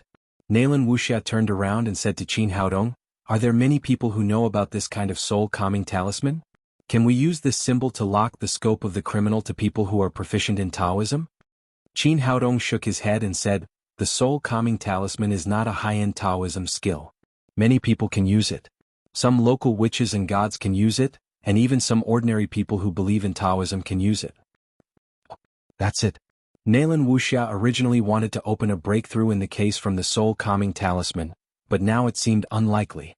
Wang Jianfeng said, "The criminal has killed 3 people in a row. We don't know how many his targets are. What we need to do now is to find the connection between the 3 cases as soon as possible and find out his thinking and clues. First of all, we need to stop the next murder, and then arrest the criminal as soon as possible. Based on the current situation, the frequency of the criminal's crime is once every 3 days. We must hurry up and never let the 4th murder happen again." Yes. Nalan Wuxia was the first to agree, but she had no clue how to solve the case. Next, the people present began to analyze the case in detail. Qin Haodong didn't understand these professional things. He had been sitting next to them with his eyes closed, thinking about something. More than an hour later, the meeting was finally over. Wang Jianfeng returned to the Municipal Public Security Bureau. He left the conference room with Nalan Wuxia, and the others began to busy themselves with the work at hand. Back in the office, Nalan Wuxia frowned and said, "Haodong, who do you think the criminal is? On the surface they killed people and took their organs. It should be the work of an organ theft gang. But it didn't make sense from the point of view of the crime scene. The Yawang Temple, the cruise ship, and the park were not places where organ theft gangs normally committed crimes, because the risk was too high and it was easy to be discovered, and they didn't need to do so.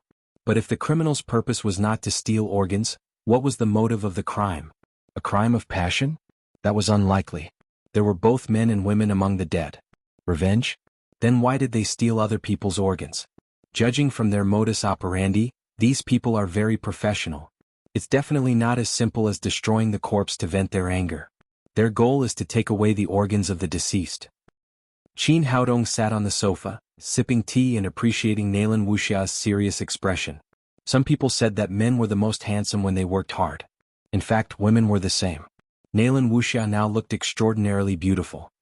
For these 3 cases, from the time and location of the crime to the characteristics of the deceased, there is no connection at all.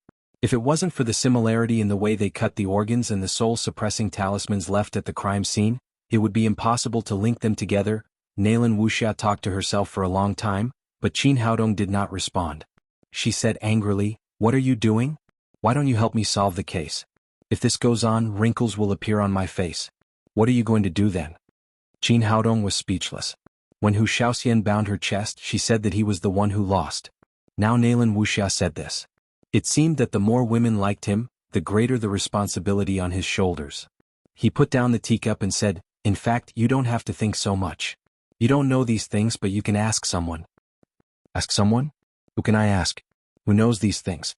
Nalan Wuxia looked surprised. "Find the deceased. The deceased must know the characteristics of the criminals. Maybe they know more." Nalan Wuxia rolled her eyes at him and said, "You are still in the mood to make such a joke with me at this time?" "I'm not joking. Qin Haodong spread out his hands and said, "Are you sure you're serious?"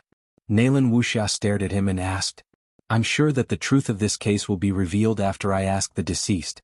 Naylan Wuxia said with a look of disbelief, "How can you ask the dead? Can your hypnosis make the dead talk?" "How can the dead talk? Even the most magical hypnosis can't."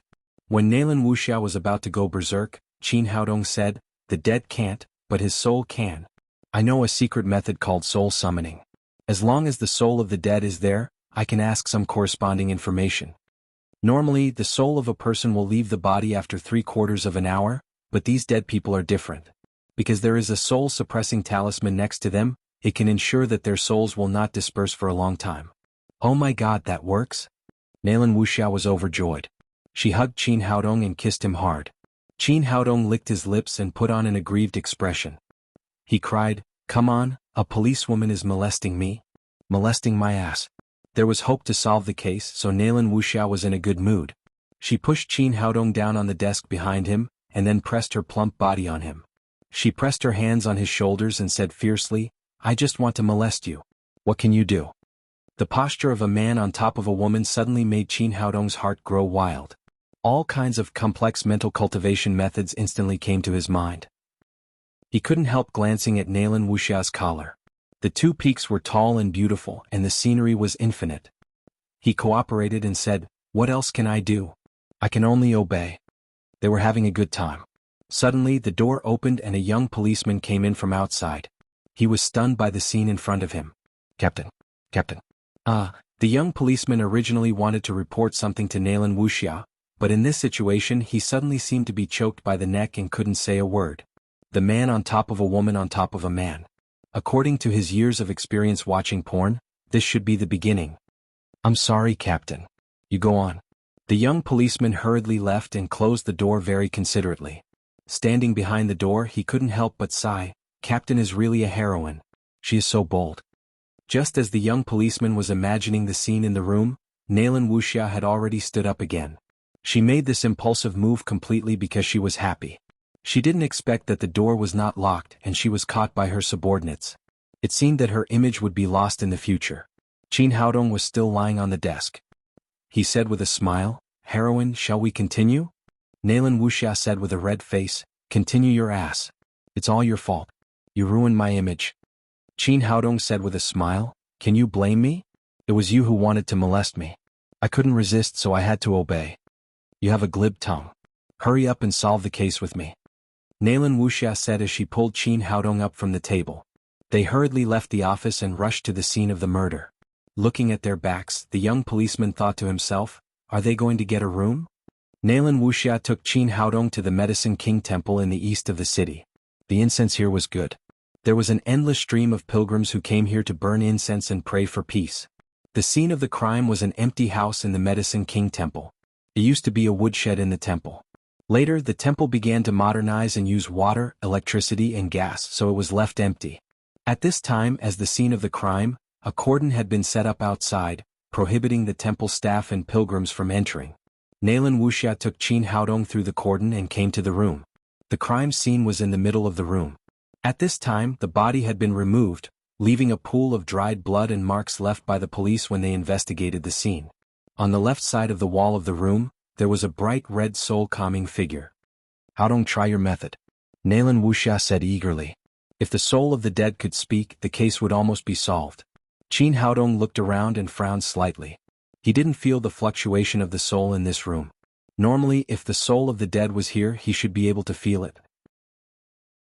He stepped in front of the soul-calming figure, moved his fingers and shot a magic formula into the soul-calming figure. A strange scene happened. After the magic formula, the soul-calming figure quickly disappeared, but Qin Haodong still couldn't find the soul of the dead.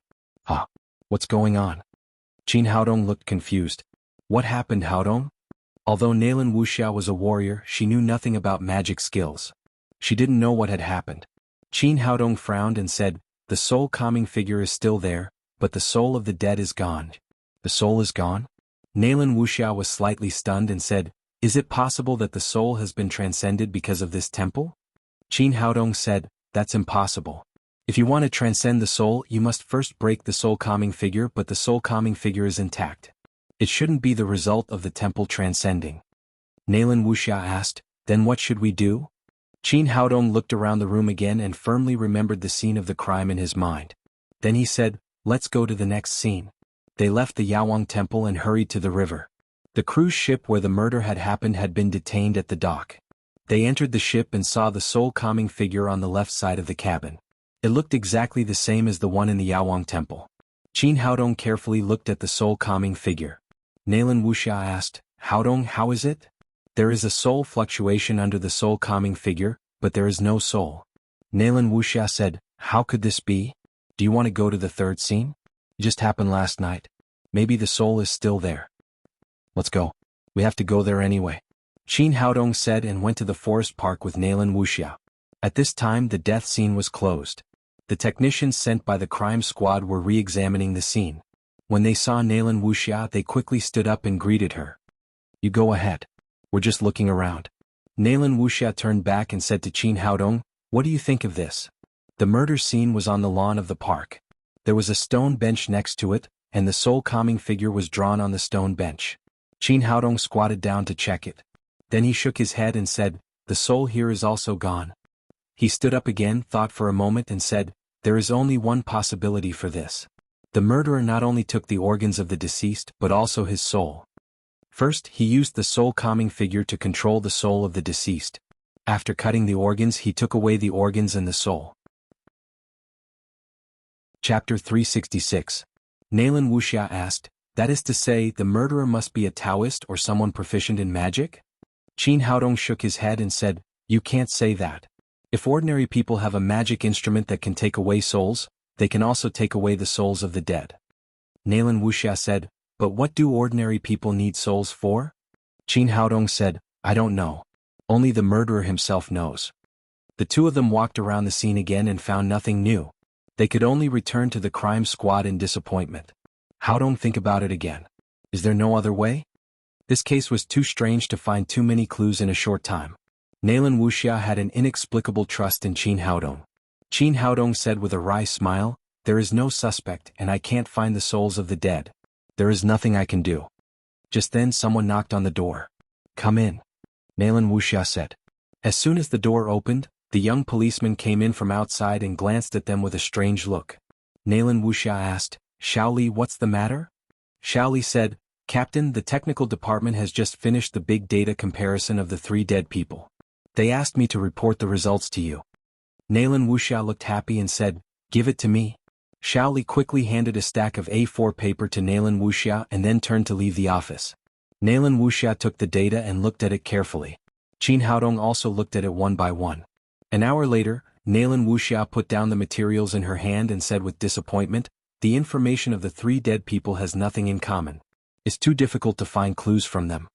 Qin Haodong said, in fact they have something in common.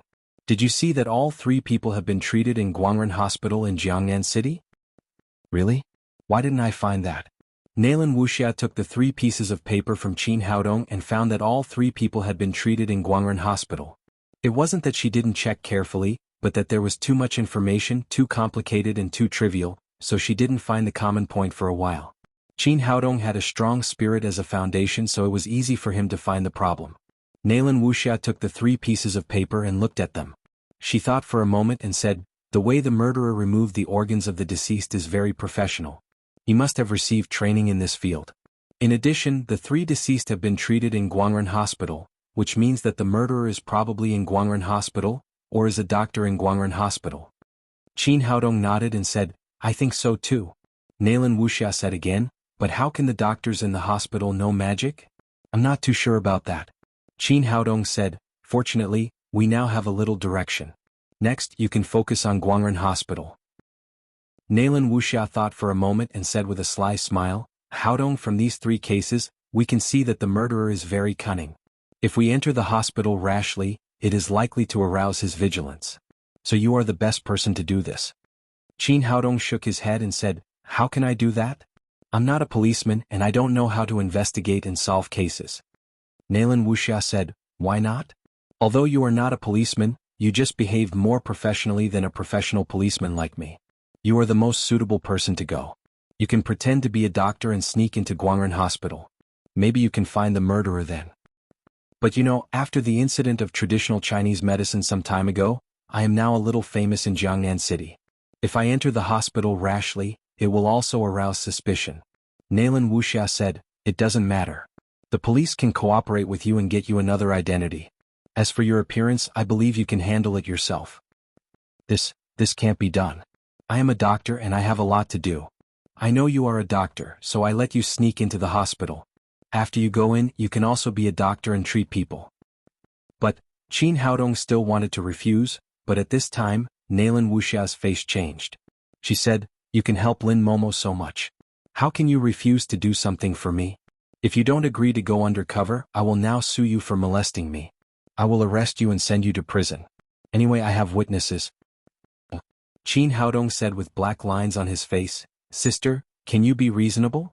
It was you who took advantage of me just now, okay? I won't be reasonable. I took advantage of you. What do you think? Naylan Wuxia said angrily. She rushed up again, pressed Qin Haodong down on the desk and then kissed him hard. Captain, there are a few materials I forgot to give you. At this moment, Shaoli rushed in again. When he saw the scene in front of him, he dropped the materials in his hand and turned to run. Naylan Wuxia climbed up from Qin Haodong's body. She was embarrassed and shy. Her cheeks were red and she looked more and more beautiful. Qin Haodong stood up and said with an innocent face, Look, you have been seen again. My innocence has been ruined by you. I haven't mentioned innocence yet. What innocence do you have? Naylan Wuxia said, Don't talk nonsense. Just tell me whether you will help me or not. Seeing that the female Tyrannosaurus was about to lose her temper again, Qin Haodong quickly said, Yes, I will go to Guangren Hospital to be an undercover doctor, okay? That's more like it. Naylan Wuxia walked in front of Qin Haodong, reached out to hold his chin and said, Do a good job, and you will be rewarded after it is done. At this time, the distance between the two was less than 20 centimeters, and they could hear each other's breath. Looking at the extremely beautiful face in front of him, Qin Haodong couldn't help but say, What benefits? Do you want to have sex with me? Naylan Wuxia took another small step forward, and her delicate red lips almost kissed Qin Haodong's face. She said, Okay, it's a deal. As long as the case is solved, I will have sex with you. You can't be a coward then.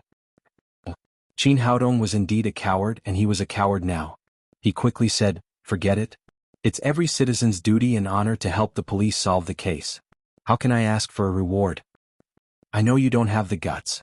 Naylan Wuxia said with some hidden bitterness. As the eldest daughter of the Naylan family, she had already expressed her feelings clearly, but the guy in front of her was always indifferent, which really annoyed her. She returned to her desk and said, Tell me, what name are you going to use? I'll ask someone to make an identity file for you now. Qin Haodong thought for a moment. Tang Feng. That's the name. Naylan Wuxia called Shaoli in and said, Go to the technical department now and ask them to make a fake identity file for me. The file information is Tang Feng, male, 30 years old, Chinese medicine practitioner from the Northeast. Other information can be handled as appropriate. Okay, Captain. I'll do it now. Shaoli ran out hurriedly after he finished speaking. Naylan Wuxia turned back to Qin Haodong and said, Because the case is extremely important, it's best that only I know the identity of Tang Feng. And there are too many people in Jiangnan City who know you. Now change your appearance. I know you have the ability to do so. Well, do as you say. Since he had promised Naylan Wuxia, Qin Haodong no longer refused. Naylan Wuxia's office was a suite.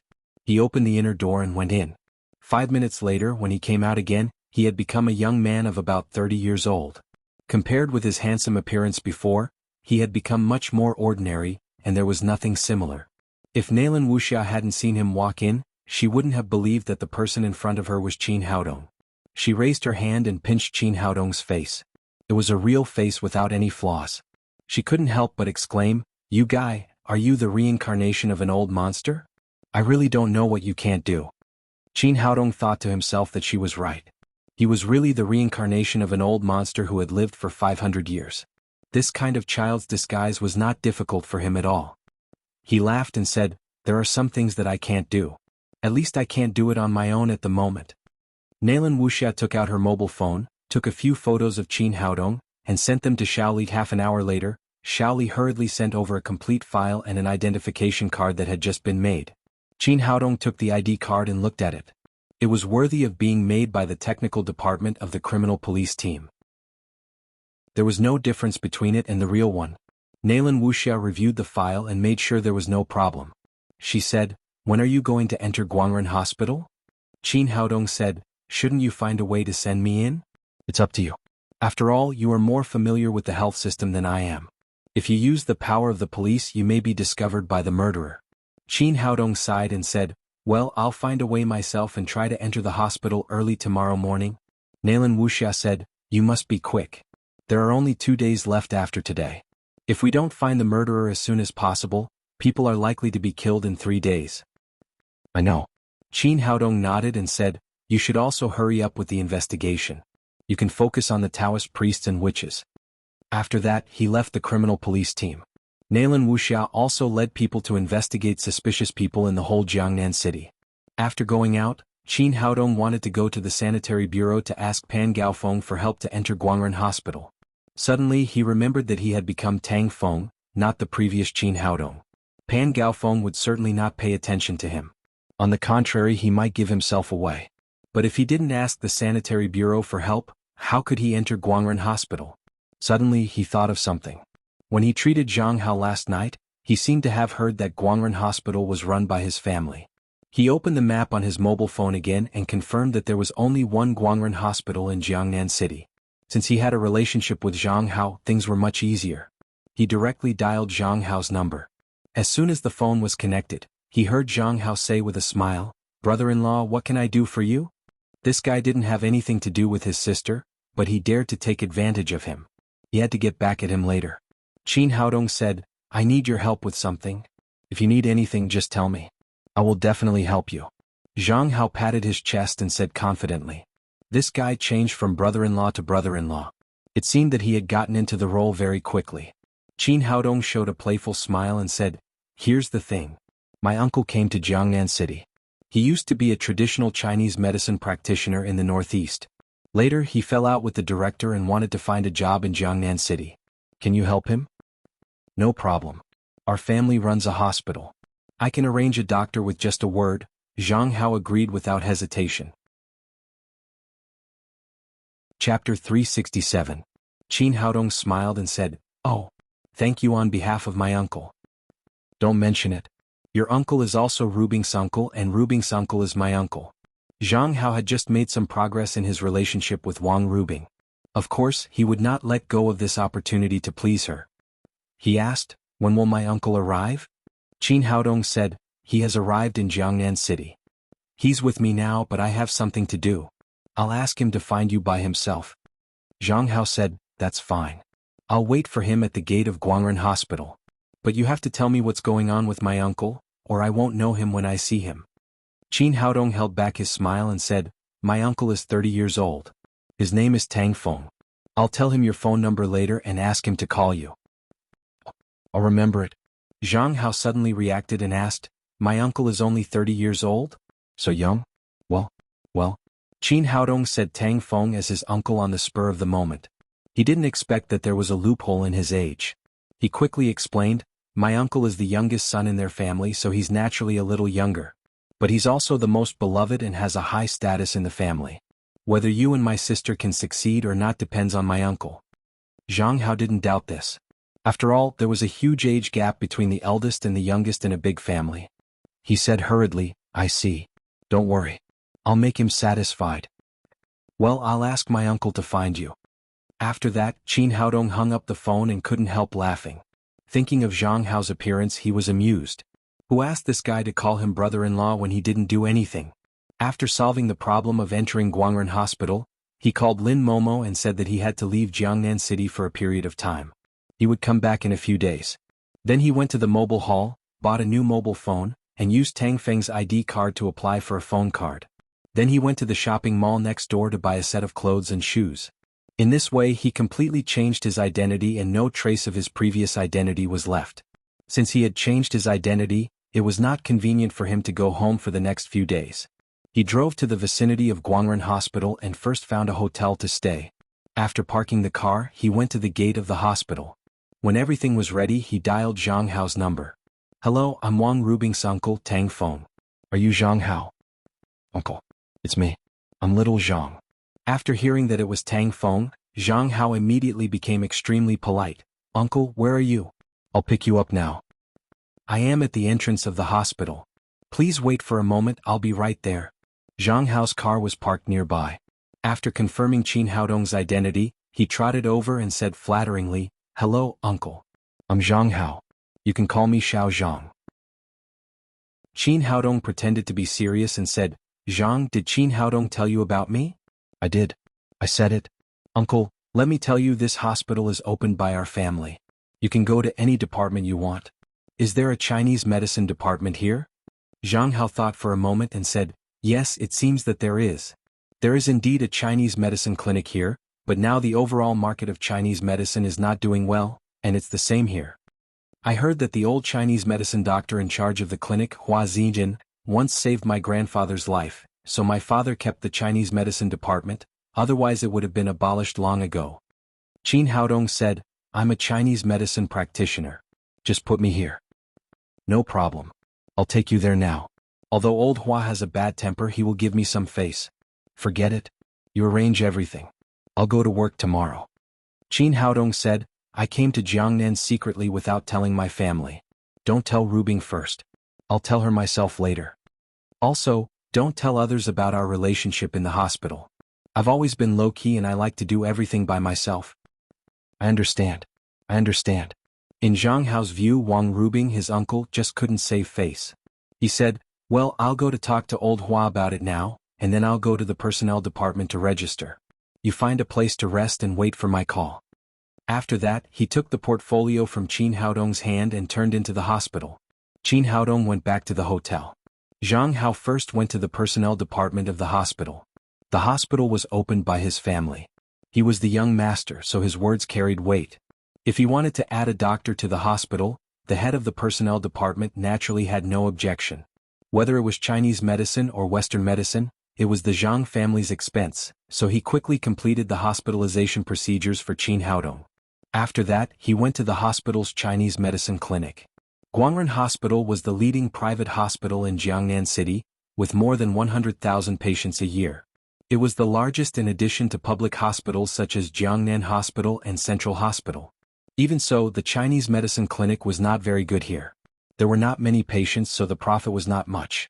Many people in the hospital suggested that the Chinese medicine department should be abolished, but Director Zhang Lijun kept it for the sake of his old friendship with Hua Zijin. Although the Chinese medicine clinic was kept, it was placed in the most inconspicuous corner of the top floor of the hospital. "Grandpa Hua, I'm here." After entering the door, Zhang Hao said to an old man in his late 70s. He was the person in charge of the Chinese medicine clinic and the only doctor there, Hua Ziyan. Although Zhang Hao was usually a playboy, he was very polite because of Hua Ziyan and his grandfather. At this time there were no patients in the clinic. Hua Ziyan was reading an old medical book. When he looked up and saw Zhang Hao, he said, "It's you, Hao." "Oh, it's little Hao. What brings you here today?"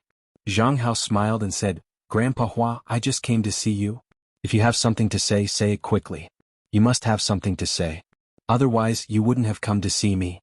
Hua Ziyan was famous for being a stubborn old man in the hospital. He had a bad temper and was not polite to Zhang Hao. Zhang Hao said, "Grandpa Hua, I have a friend who is also a Chinese medicine practitioner. He wants to come and learn from you for a few days. What do you think?" Hua Ziyan had no children in his life and dedicated his life to Chinese medicine. When he heard that Zhang Hao wanted to increase the staff of the Chinese medicine clinic, he naturally had no objection. "Okay, let him come tomorrow. As long as I can do it, I'll teach him." "Grandpa Hua, it's a deal then. You're busy, I'll go tell him now." Zhang Hao left the Chinese medicine clinic and dialed Qin Haodong's number. "Uncle, I've finished your business. I'll take you to the Chinese medicine clinic at 8 o'clock tomorrow morning." Qin Haodong said, "Forget it, I can go by myself. Thank you for your trouble." Zhang Hao quickly said, "It's all right. It's all right. Your business is my business. If there's anything you need, just give me a call." After hanging up the phone, Qin Haodong had a simple dinner. He had nothing to do in the hotel alone, so he took out the Shinong furnace and began to refine medicine. Although he didn't have the help of the little fellow's phoenix fire, the level of the pills he refined was not high, so it didn't affect him much. Near midnight, he put the refined pills into the storage ring and began to sleep. The next day he went to the Chinese medicine clinic of Guangren Hospital early. After entering the door he said to Hua Xingyan, "Mr. Hua, my name is Tang Feng. Zhang Hao asked me to come." Hua Xingyan was still reading his old medical book. When he saw Qin Haodong he just nodded and asked the nurse to bring a new white coat to Qin Haodong. Then he continued to read. In his eyes there were only two kinds of people. Those who loved Chinese medicine and those who didn't. If Qin Haodong loved Chinese medicine, he would be willing to teach him all he had learned in his life, even without Zhang Hao's relationship. If he didn't love Chinese medicine and just came here to make a living, he would not give him any face, even with Zhang Hao's relationship. Of course, Qin Haodong was not here to learn Chinese medicine. With his medical skills, no one in the world could be his teacher. After changing his clothes, he took out his mobile phone and sent a text message to Nailin Wuxia, telling her that he had successfully entered the Chinese medicine clinic of Guangren Hospital. After a long time, a short message came back from the other side of the phone. Okay. Qin Haodong didn't think too much about it. There had been 3 murders in a row, and Nailin Wuxia was under great pressure. She must be busy solving the cases. After sitting for a while, the Chinese medicine clinic was really deserted. There were no patients for a long time. He stood up and walked out of the clinic. Looking at his back, Hua Xingyan couldn't help shaking his head. This young man didn't look like he would settle down to learn Chinese medicine. He was disappointed. Qin Haodong came out for a purpose. Since Nailin Wuxia was busy, he couldn't be idle. Since the 3 victims had been hospitalized in Guangren Hospital, it meant that the murderer knew their information very well and had killed selectively. It seemed that the murderer must have inquired about the 3 of them before he killed them, and the information must have been obtained through the archives. Thinking of this, he found an empty corner, took out his mobile phone and dialed Qi Weiner's number. "Weiner, can you help me check the inquiry records of the archives of Guangren Hospital and see who has inquired about the archives?" "Wait a minute, it will be done soon," Qi Weiner said, and then her 10 fingers jumped wildly on the laptop. Soon she said, "The archives of Guangren Hospital is not connected to the internet. I can't find anything here." "You can't find anything?" Qin Haodong was disappointed. Then he asked, "You are a computer expert. Is there no other way?" Qi Weiner said, "They are physically isolated from the internet. There is no connection at all. It's useless no matter how good a hacker is. For example, no matter how good a racer is, can he run without a road?" "Well, I'll think of another way." Qin Haodong hung up the phone and walked around the corridor a few times. Since Qi Weiner's trick didn't work, he could only go to the archives by himself. Guangren Hospital was very large. The archives was in a small building next to the main building. Qin Haodong went downstairs and stepped into the archives. Similar to the traditional Chinese medicine consulting room, it was also very quiet. Not many people came here to handle business. In the reception room, a young nurse was eating potato chips and watching TV shows with her mobile phone. The young nurse's name was Zhang Tingting. She was good-looking and had a very cute baby face, but she was a little too fat.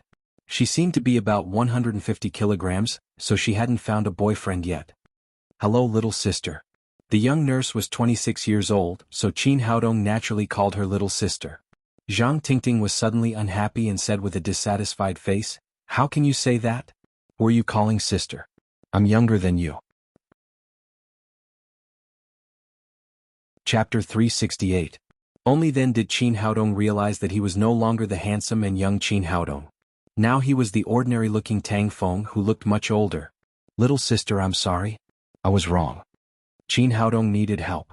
He said with a smile, "My name is Tang Feng. I'm a new doctor in our hospital."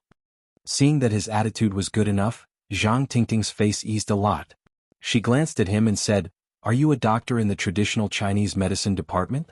Qin Haodong said in surprise, "How do you know? What's so strange about that? I can smell the smell of traditional Chinese medicine from a distance. And in our hospital, except for the doctors in the traditional Chinese medicine department, who else would be so free?" Qin Haodong said with an exaggerated expression, "Little sister, you are so smart. Even the legendary snow and ice cleverness is nothing more than this." Although she knew that Qin Haodong was flattering her, Zhang Tingting was still very happy. No one would say such words to a fat girl like her. A smile appeared on her cold face and she asked, "What can I do for you?" "Well, I want to see the inquiry records of our archives." "Can you see if you can?" Before Qin Haodong finished speaking, the smile on Zhang Tingting's face suddenly disappeared. She said, "Absolutely not. The hospital has a rule that if you want to access the inquiry records, you must get the approval of the director. You are not allowed to look at it privately." Although he was refused, Qin Haodong did not leave. He sniffed and asked, "Little sister, are you using French perfume? Why does it smell so good?" Zhang Tingting was slightly stunned at first and then said, "Are you kidding me? A nurse like me only earns a few thousand yuan a month. How can I afford French perfume? I don't use perfume at all." "It smells so good without perfume?" Qin Haodong put on an exaggerated expression. "Is it your natural body fragrance, little sister? It is said that only Yang Guifei, one of the four great beauties, and Princess Xiangxiang, whom Emperor Qianlong loved all his life, have this kind of fragrance." "Really? You're making me feel embarrassed." Being praised by Qin Haodong, Zhang Tingting's face turned red. Then she sighed and said, "To tell you the truth, I really can't do it. If the director knows, I will be fired." Qin Haodong seemed not to hear what she said and continued, "You know what? I study Chinese medicine, and my family has an ancestral prescription that is very effective in losing weight." Hearing his words, Zhang Tingting's eyes immediately lit up and she cried excitedly, "Is that true? Traditional Chinese medicine can also help you lose weight?" Some people said that losing weight was a girl's lifelong pursuit. This was no exaggeration, especially for a fat girl like her. Could be said that being fat ruined everything. She had thought of many ways to lose weight, but the results were not ideal. What's the biggest tragedy of losing weight for women? That is, to lose weight, first slim the chest, and to gain weight, first fat the waist. After a round of torment, your waist is getting thicker and your chest is getting smaller and smaller. That's right, that's right. So sad. Zhang Tingting deeply felt that it would be good if her breasts were bigger for someone as fat as her. However, fat was everywhere except for her breasts. Every time she lost weight, the first thing she lost was her breasts. But when she rebounded, her breasts didn't grow at all, but her waist grew rapidly. After a few rounds, his entire body had turned into a large bucket. Qin Haodong said again, "My ancestral secret prescription can not only eliminate fat, but also transfer the fat from other parts to the chest. As long as you eat it for a few days, I guarantee that you will grow a fantastic figure." "No way. How can it be so exaggerated? Are you lying to me?" Although Zhang Tingting's tone was negative, there was excitement in her surprise and desire in her excitement. This kind of weight loss medicine was simply the magic medicine of every woman's dream. "It's not exaggerated at all.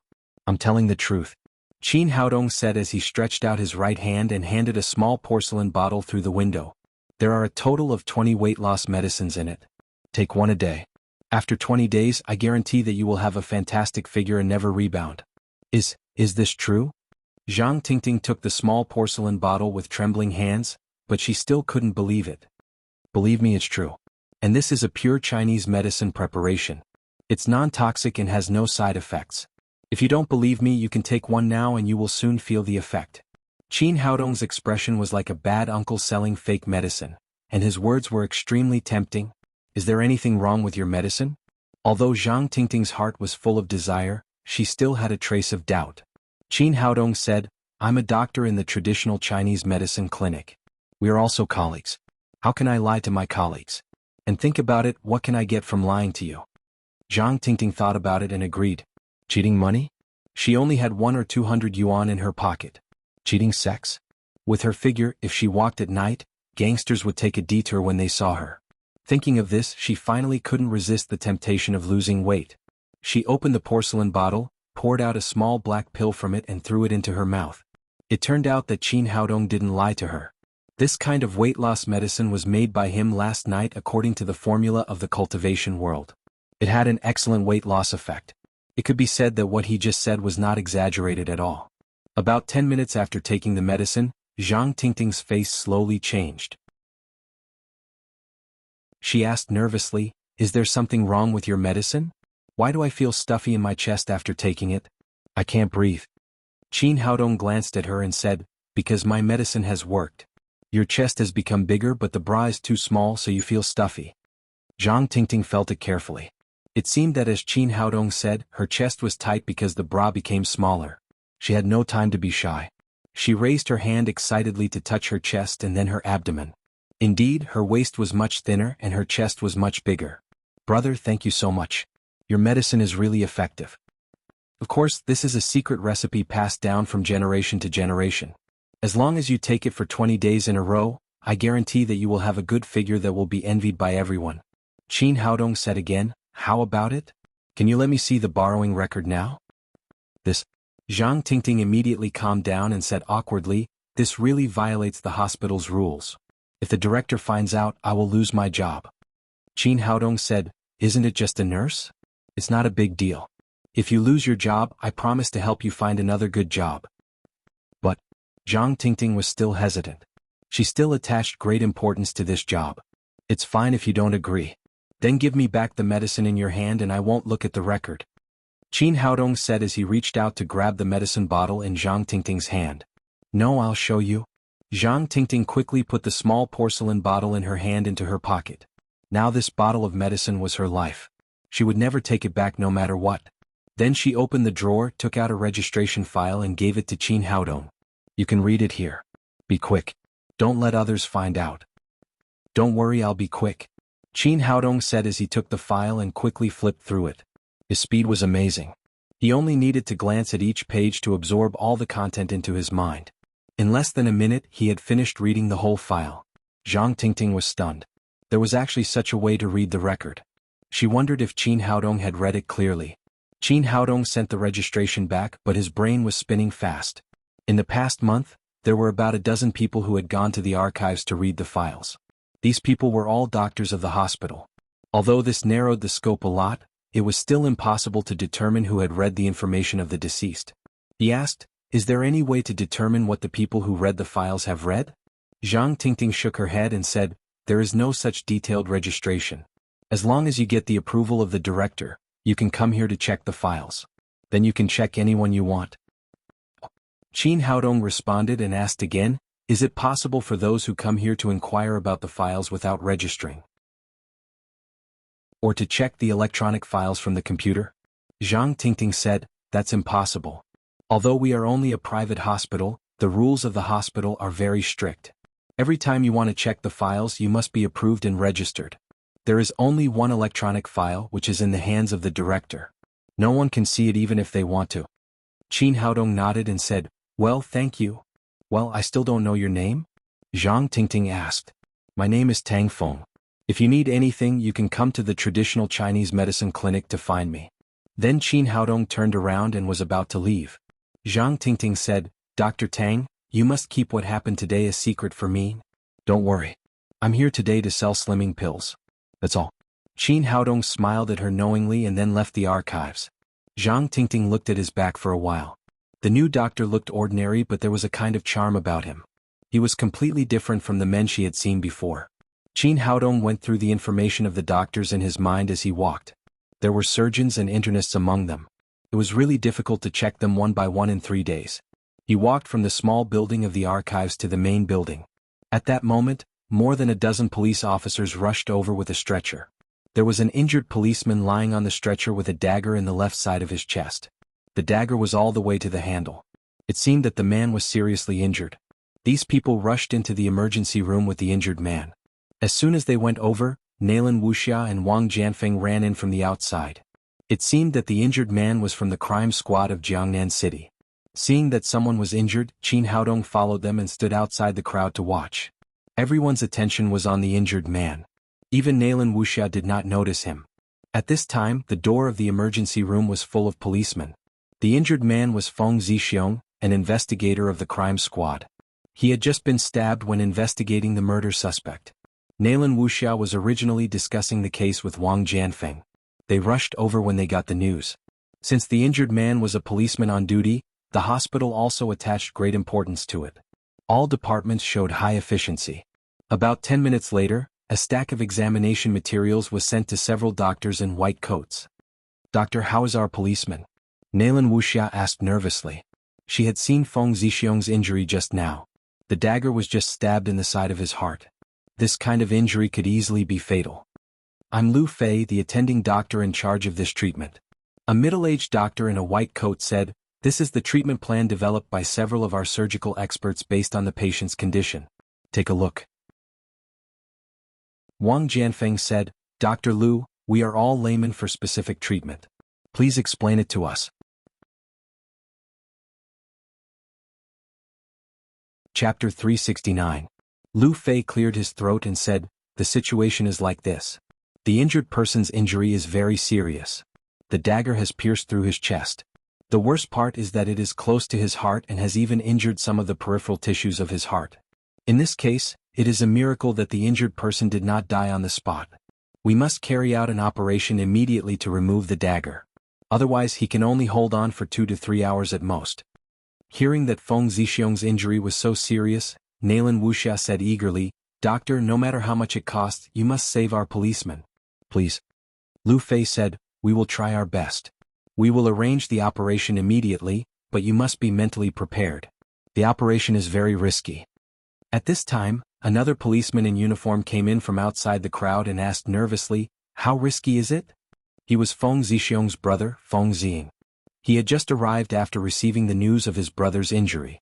Lu Fei paused and said, "The success rate of the operation is less than 5%. Hearing this number, Feng Ziying immediately shouted excitedly, "What? Less than 5%? What's the difference between this and death?" Wang Jianfeng and Nalan Wuxia's faces also became very gloomy. The 5% success rate was too slim. It meant that Feng Zixiong was very likely to die on the operating table. This result was not much different from a direct sentence of death. There was a dead silence in the corridor. Some policemen even shed tears for their comrades. Lu Fei said, "There is no other way. The patient's injury is too serious. This is all we can do." Feng Ziying slowly closed his eyes. His face was pale and 2 big drops of tears flowed down. This was his brother. He could not accept this fact in any case. Wang Jianfeng patted him on the shoulder and comforted him, "Don't be so disappointed. Is there still a glimmer of hope?" A glimmer of hope.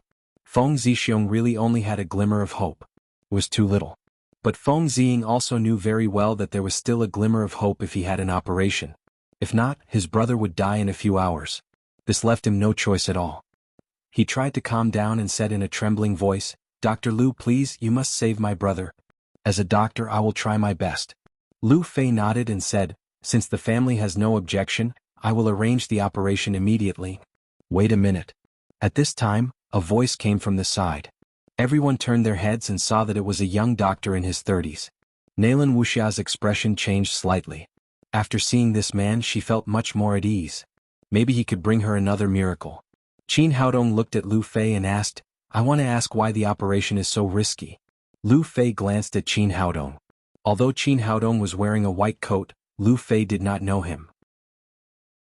He thought he was a family member of the patient, so he said patiently, "The location of the injury is too close to the heart, so the risk of surgery is naturally high." Qin Haodong said, "If I have a way to protect his heart, will the success rate of the operation be greatly increased?" Lu Fei said, "In theory, if the heart can be protected and the normal beating during the operation, the success rate of the operation can reach more than 90%, but this is only a theoretical guess. It's impossible to do." "Alright, I have a way to protect his heart. Give me an hour." After Qin Haodong finished speaking, everyone except Nalan Wuxia, who knew his identity, was shocked. Feng Ziying strode to him, took his hand and said in a trembling voice, "Doctor, do you really have a way to save my brother?" "Don't worry, I can," Qin Haodong said confidently. He knew very well that he had to show more confidence at this time, or no one would believe him. Lu Fei looked at him doubtfully and said, "I want to know what you can do to protect the heart of the patient." Qin Haodong said, "Let me introduce myself. My name is Tang Feng, a doctor invited by the traditional Chinese medicine department. Wait for me for an hour. I will boil a decoction. Drinking it can protect the heart of the patient." A new doctor, or a traditional Chinese medicine doctor from the traditional Chinese medicine department. After knowing that this was not a family member of the patient, Lu Fei's expression immediately changed. "Nonsense, this is nonsense. What do you think traditional Chinese medicine is? Fairy soup? Drinking your decoction can protect the heart of the patient? This is nonsense. Tell me, what's the scientific basis?" No wonder he had such a strong reaction. Many doctors in Guangren Hospital called for the abolition of the traditional Chinese medicine department, and Lu Fei was the most enthusiastic one. In his eyes, he had always looked down on traditional Chinese medicine. "Don't talk about science. I am confident that I can protect the heart of the patient," Qin Haodong said in a powerful voice. "Are you kidding me? I really don't know who gave you such confidence. Traditional Chinese medicine without any scientific basis?" Lu Fei looked disdainful. "Even if I can believe you, can the family of the deceased believe you?" After that, he turned to look at Wang Jianfeng and the others. "Everyone, what do you think? From my point of view, I don't believe that traditional Chinese medicine can cure diseases. Wang Jianfeng hesitated. Although he could be decisive when solving cases, this was treating diseases. He knew nothing about it, so he didn't know what to do for a moment. I believe in Dr. Tang. Let's do what he said. It was Nailin Wuxia who spoke. Others didn't know Qin Haodong's ability, but she knew it very well. Lu Fei was a little stunned. In his opinion, these policemen should believe him. At least he was the attending doctor of the hospital, a famous surgeon. But now this beautiful policewoman in front of him trusted this traditional Chinese medicine who jumped out of nowhere without hesitation. Was she stupid? He said to Feng Ziying, "What do you think, family member?" He knew that Feng Ziying was the only family member of the injured at the scene, so the final decision was still in his hands. Feng Ziying looked at Nailin Wuxia awkwardly. He admired the captain of the criminal police very much. But now they were in the hospital and it was about his brother's life and death. For a moment he was a little embarrassed. Nailin Wuxia said firmly, "Xiao Feng, believe me. Do what Dr. Tang said. There will be no mistake." Wang Jianfeng was a little impatient. He whispered in Nailin Wuxia's ear, "Captain Nailin, is this appropriate?" He had been working with Nailin Wuxia for many years, so he kindly reminded her. If she really made the decision for Feng Ziying, what if the operation failed? Although his voice was very low, it was very quiet in the corridor, so Lu Fei heard Wang Jianfeng's words clearly. He couldn't help but feel a little proud. He knew that Wang Jianfeng was the deputy director of the Public Security Bureau, the supreme commander here, and finally chose to believe him. Nailin Wuxia turned back and whispered in Wang Jianfeng's ear. This time her voice was lower, so Lu Fei didn't hear what she said. Hearing this, Wang Jianfeng's expression immediately changed. He turned to Feng Ziying and said, "Xiao Feng, don't hesitate anymore. Do what Dr. Tang said." Seeing that his two leaders were so confident, Feng Ziying also said, "Well, I believe Dr. Tang." "What?" Lu Fei looked incredulous and said, "Little brother, you have to think about it. Even if you believe in traditional Chinese medicine, what can he know at his age? You can't joke with your brother's life." Feng Ziying said, "Dr. Lu, if you have any other way to improve the success rate of my brother's operation, I choose to believe you." The reason why he chose to believe Qin Haodong was that he trusted Wang Jianfeng and Nailin Wuxia, and there was really no other way. He was holding a hopeless attitude.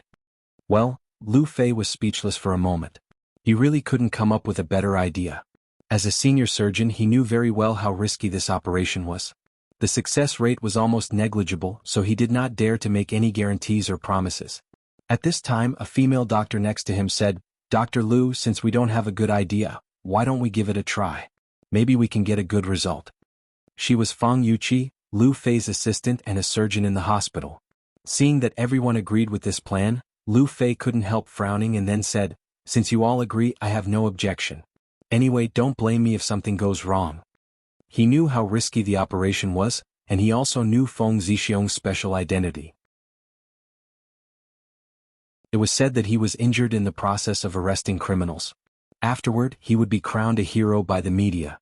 If such a person died on his operating table, it would eventually have a bad impact on his reputation. But if traditional Chinese medicine was used, it would be different. Traditional Chinese medicine would be the scapegoat. Feng Ziying turned to Qin Haodong and said, "Dr. Tang, please hurry up. My brother really doesn't have much time." "Don't worry, I'll be back in an hour." Then Qin Haodong turned around and hurried back to the traditional Chinese medicine clinic. "Mr. Hua, let me borrow the pharmacy." Then Qin Haodong hurried into the pharmacy of the traditional Chinese medicine clinic, opened a medicine kitchen, and began to fill up the medicine. He grabbed a medicinal material and put it under his nose to smell it. Although the pharmacy here was not big, it had a complete variety and the quality of the medicine was good. It seemed that the old man Hua Zijian really took care of these medicines. Hua Zijian had just finished seeing a patient. After sending the patient away, he turned to look at Qin Haodong. He didn't understand why the new young doctor would come back and fill up the medicine. What was he going to do? With curiosity, he walked into the pharmacy. When he saw the speed at which Qin Haodong filled up the medicine, his face suddenly changed and he said angrily, "Nonsense." Qin Haodong was racing against time. Hearing the reprimand, he looked back and saw Hua Zijian glaring at him. He looked around again and found that he was the only one in the pharmacy. It seemed that Hua Zijian was dissatisfied with him. "This old man, I've already said hello to him. Why is he still so angry?" "Mr. Hua, what's the problem?" "I'm in urgent need of the medicine. I'll pay the price later." While speaking, he didn't stop. He opened another medicine cabinet and grabbed a handful of medicinal materials from it. Hua Zijin said angrily, "What are you doing?" "I'm filling up the medicine." Qin Haodong's face was full of surprise. "Was this old man sick?" "I've said it several times." Hua Zijin said angrily, "Nonsense, how can you fill up the medicine like this? Every dose of traditional Chinese medicine has strict requirements. A little more or less will have a great impact on the efficacy of the medicine. You can't even weigh the medicine. Can't you be responsible for the patient? The reputation of traditional Chinese medicine is tarnished by people like you." Only then did Qin Haodong know what the problem was. He quickly explained, "Mr. Hua, you misunderstood me. I'm very accurate at filling up the medicine. The amount won't be wrong."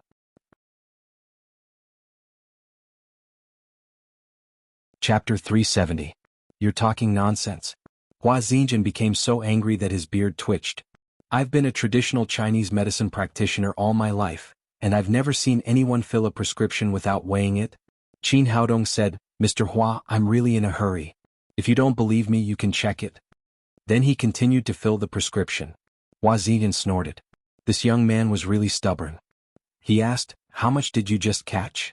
"2 taels and 1 qian." Qin Haodong said without looking back. Hua Zijin picked up the herb and put it on the scale. His eyes widened in surprise. The scale showed that it was 2 taels and 1 qian, not a cent more or less. How could this be possible? He must have guessed it. He asked again, "How many fleece flower did you catch?" 6 taels and 5 qian. Hua Zijin checked it again and it was still the same. Bodhi leaf, 3 taels and 2 qian, chicken bone grass, 4 taels and 6 qian. After checking 6 or 7 herbs in a row, Hua Zijin was finally convinced.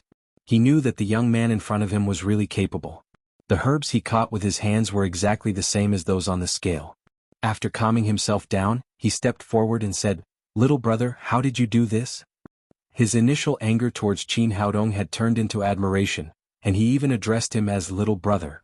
"I've been filling prescriptions with my grandfather since I was a child. The more I do, the better I am." Qin Haodong gave a random reason, then put the herbs together and poured them into a pot of decoction soup next to him. "Little brother, what's this prescription? Why can't I see it?" Hua Zijin had been dealing with traditional Chinese medicine for so many years. If it was an ordinary prescription, he could know what it was by looking at the herbs. But he couldn't see anything wrong with the medicine Qin Haodong made. "Mr. Hua, let's talk about it later. I'm in a hurry to save someone." Qin Haodong was about to boil the medicine. Hua Zijin was full of curiosity about Qin Haodong at this time. How could he let him go so easily? He quickly said, "Leave it to little Zhao. Let's have a good talk." As he spoke, he called over a young nurse beside him. The nurse's name was Zhao Ying. She was a nurse specially assigned to the traditional Chinese medicine consultation room. She had always been lazy and would be late every day. Anyway, the traditional Chinese medicine consultation room was not profitable, so she did not have to worry about her bonus being deducted. Because she came late, Qin Haodong did not see her just now. Hua Zijin said, "Xiao Zhao, go and boil this pot of medicine." Seeing the old man's enthusiasm, Qin Haodong handed the pot to Zhao Ying. At the same time, he repeatedly told her what to pay attention to during the decoction. "Got it?" Zhao Ying answered impatiently and raised her hand to take the pot. When she turned around, she immediately curled her lips and thought to herself, "Isn't it just boiling medicine? You're still so wishy-washy. Do you really think you're a medical saint?" When Zhao Ying went to boil the medicine, Hua Zijin immediately sat down with Qin Haodong and asked eagerly, "Little brother, what's going on? What kind of medicine is this? What kind of illness are you attending to?" "My medicine is called pulse-warming and heart-nourishing soup. It has an extremely powerful effect on protecting and nourishing the heart." Qin Haodong told him what had just happened and then said, "There's only 1 hour left. We have to hurry up and boil this medicine to increase the success rate of the operation." Hua Zijin was stunned. He had studied traditional Chinese medicine all his life, but he had never heard of pulse-warming and heart-nourishing soup. "Little brother, is your medicine reliable? Can it really work? Can it really protect people's heart?" "Of course it's reliable. It's a matter of life and death. How could I joke about it?" Hua Zijin was still confused. Qin Haodong smiled and said, "When the operation is over, Mr. Hua will know how effective the pulse-warming and heart-nourishing soup is." Hua Zijin responded doubtfully and then began to chat with Qin Haodong. As the conversation went on, he was more and more surprised. he found that Qin Haodong's understanding of traditional Chinese medicine had reached an incredible level. At first, he asked some questions about traditional Chinese medicine with a testing attitude. He wanted to see what this young man's attainments in traditional Chinese medicine were like. However, Qin Haodong answered him fluently and had a deeper understanding than him, which amazed him. Later, the conversation between the two became an equal exchange. Later, he directly asked Qin Haodong for advice and asked all the questions that had been dormant in his heart for many years. But no matter how difficult the questions were, Qin Haodong could quickly give almost perfect answers. Hua Zijian asked with admiration, "Little brother, who did you learn your medical skills from?" "It's a family skill. I learned it from my grandfather." Qin Haodong said, "I admire you so much. I've lived for more than 70 years, and you are the most accomplished traditional Chinese medicine person I've ever seen. It's really rare for you to have such high medical skills at such a young age. I'm afraid even the legendary medical sage Qin Haodong can't compare with you." Qin Haodong smiled but didn't speak. He didn't need to compete with himself. Both of them had a love for traditional Chinese medicine from the bottom of their hearts, so they talked happily. More than half an hour passed quickly. At this time, Zhaoying came back with the pot and said, "The medicine is ready." Qin Haodong sniffed and frowned slightly. Then he opened the lid of the pot and sniffed it carefully. He looked up at Zhaoying and said, "What happened? Why didn't you boil the medicine according to my instructions?" Zhaoying was slightly stunned. How did he know? But she wouldn't admit such a thing without evidence. She stiffened her neck and said, "I boiled the medicine according to your instructions." "Impossible. The smell of the medicine is not right at all. You must not have followed the procedure." Qin Haodong was secretly annoyed. He had just told the little nurse clearly and even explained every minute of the heat when boiling the medicine in great detail. He didn't expect that Zhaoying didn't listen at all. He said with a sullen face, "The medicine of traditional Chinese medicine must be done perfectly. The medicine you made is not effective at all. It will kill people." No wonder he was angry. This medicine was related to Feng Zixiong's life, so he couldn't be careless. Hearing this, the little nurse's face also became cold. "Isn't it just a traditional Chinese medicine? What's the big deal?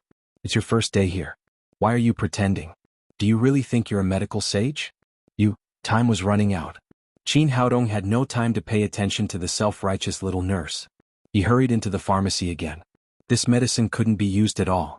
He had to get a new one. Now there were only 10 minutes left, so he had to hurry.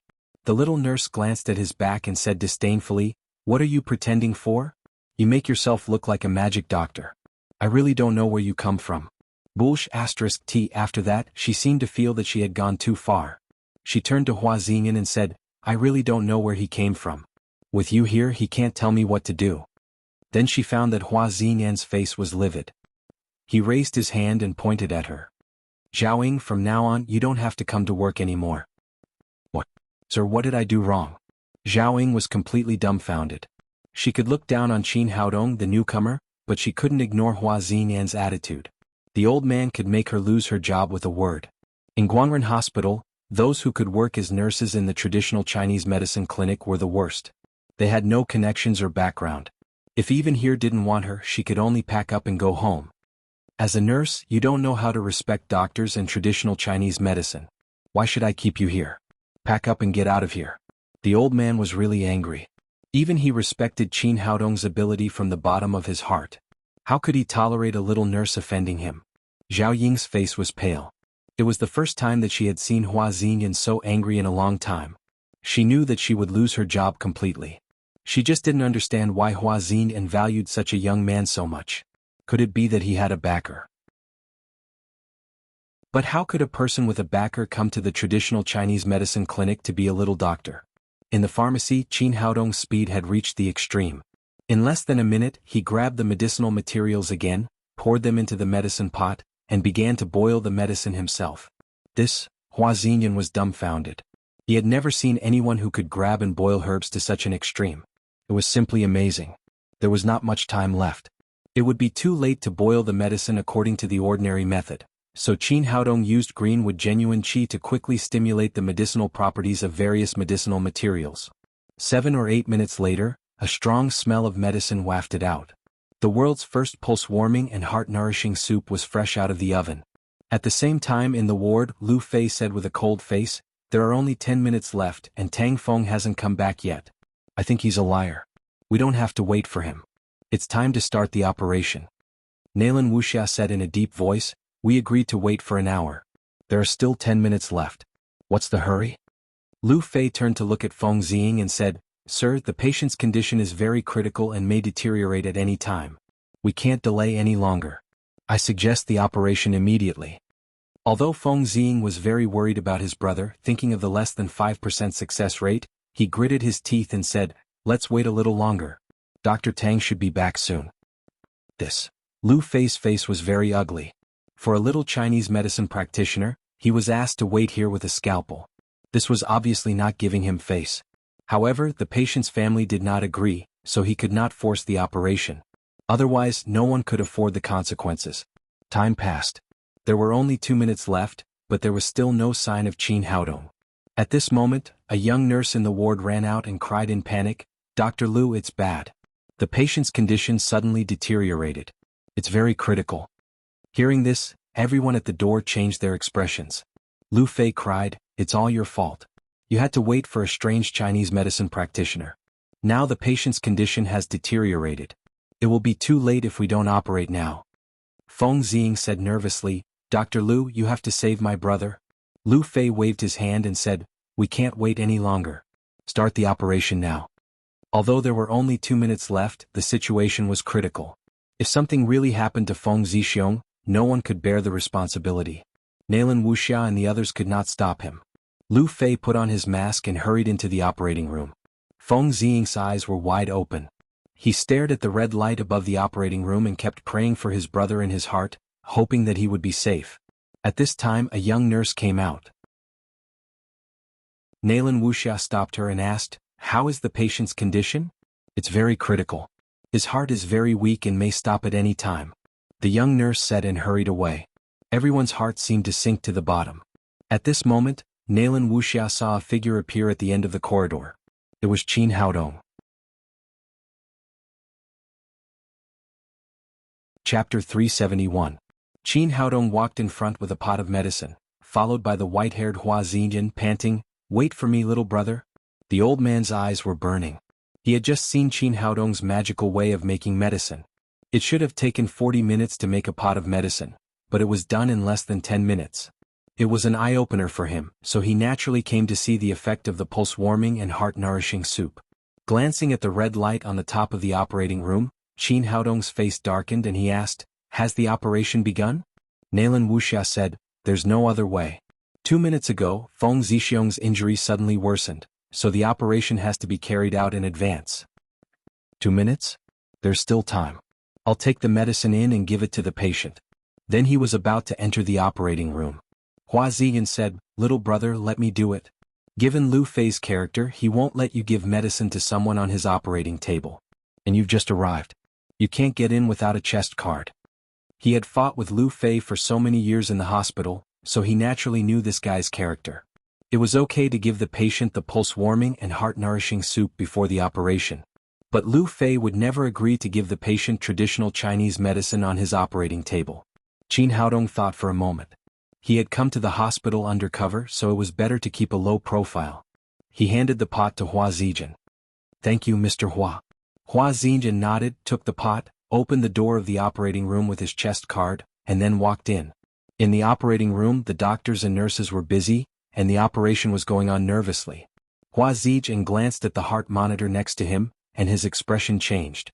Although he was a Chinese medicine practitioner, he still knew a little about the most basic Western medicine. At this time, the curve of the heart on the screen had almost become a straight line, which meant that the heartbeat was extremely weak and could stop at any time. Fang Yuqi, the assistant, said, Dr. Lu, the patient's condition is too dangerous now. I'm afraid he can't be saved. Lu Fei said, don't worry about that. We have to finish the operation anyway. If we can't save him, there's nothing we can do. Then he told the surrounding doctors and nurses to get ready and wanted to take the dagger out of Feng Zixiong's chest. Fang Yuqi didn't speak. Surgeons like them were used to life and death. Although they would try their best to save every life during the surgery, they would not be too upset if they could not save it. At this moment, the patient's heart could stop beating at any time. Under such circumstances, the patient might lose his life the moment the dagger was pulled out. Wait a minute, let him drink this medicine first. Hua Xinjian opened the pot in his hand, and a strong smell of Chinese medicine filled the operating room. Hearing the shout, Lu Fei withdrew his hand that was about to draw the saber. He turned around and said angrily, "Hua Xinjian, are you crazy? This is a surgical operation room. What are you doing here? Hurry up and take out these things you've made of grass roots and rotten bark." Hearing this, Hua Xinyan's eyes immediately widened and he said angrily, "You have forgotten your ancestors. Which of your ancestors didn't survive on grass roots and bark? TCM is a treasure left behind by our Chinese ancestors.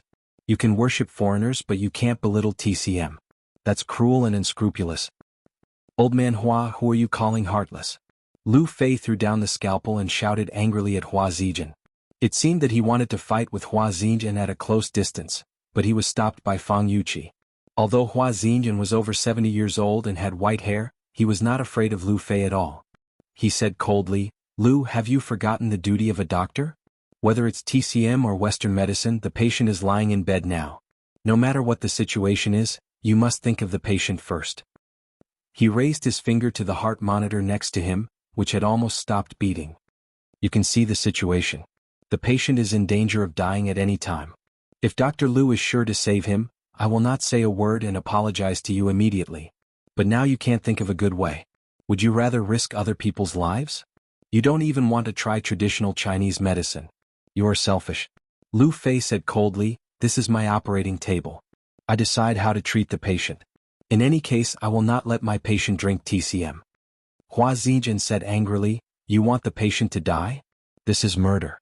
Have you forgotten that you are a doctor?" Lu Fei sneered, "Murder? Well, there are so many policemen outside. Let them arrest me." Hua Xinjian was so angry that his eyes were on fire. He said angrily, "Lu Fei, where are your medical ethics? In your eyes, this patient is just a life that can be sacrificed at any time. Have you ever thought about his family? Have you ever thought about his parents and children? Have you ever thought that your one wrong decision could destroy several families?" Lu Fei's face froze, but he insisted, "Old Hua, you talk too much nonsense. Get out of here and don't delay my operation. No, I can't just watch a life die like this. I have to make him drink the medicine with my own hands." Hua Xinjian and strode to the operating table with the pot of medicine. "Old man Hua, stop right there." Lu Fei shouted and was about to stop Hua Xinjian, but was stopped by Fang Yuqi next to him. "Dr. Lu, we have no better way now. I think we can let old Hua have a try." Lu Fei didn't expect Fang Yuqi to oppose him.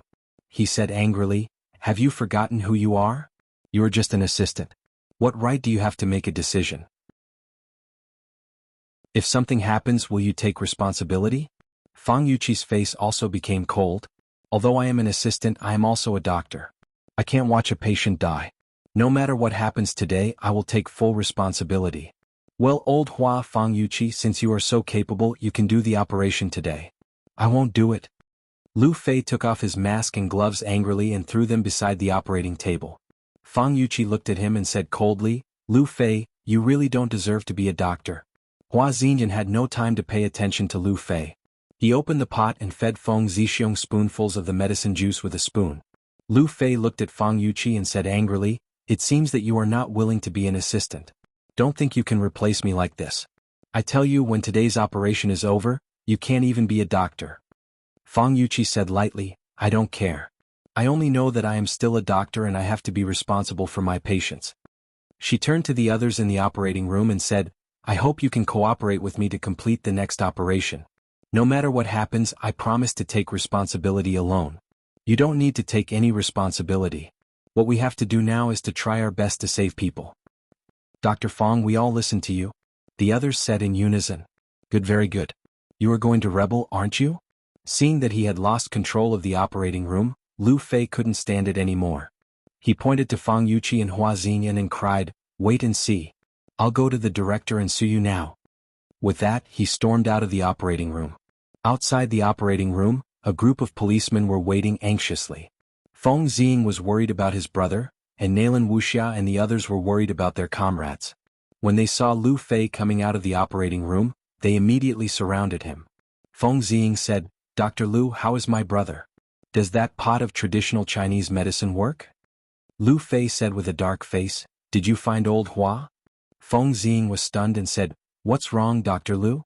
Didn't we agree to give my brother traditional Chinese medicine within an hour?" Lu Fei wanted to get angry, but he didn't dare to in front of so many policemen. Finally, he said with a dark face, "Since you believe in traditional Chinese medicine, let it save your brother. From now on, whatever happens in the operating room has nothing to do with me." With that, he left without looking back, ignoring Feng Ziying's shouts. "Captain Naylan, Dr. Tang, what does Dr. Lu mean?" Naylan Wuxia said, "Don't worry about him. I believe Zixiong will be fine." Qin Haodong patted him on the shoulder and said, "Don't worry. As long as he drinks that medicine, your brother will be fine." Feng Ziying nodded. Now that things had come to this, he could only pray and wait. On the other side in the director's office, Lu Fei said angrily, "Director, I want to complain about Hua Xinyan and Fang Yuqi. They've gone too far. They don't take the rules of the hospital seriously at all." Director Zhang Lijun sat behind his desk, put down the teacup in his hand, looked at the emotional Lu Fei and said, "Dr. Lu, don't worry. Sit down and talk about it slowly."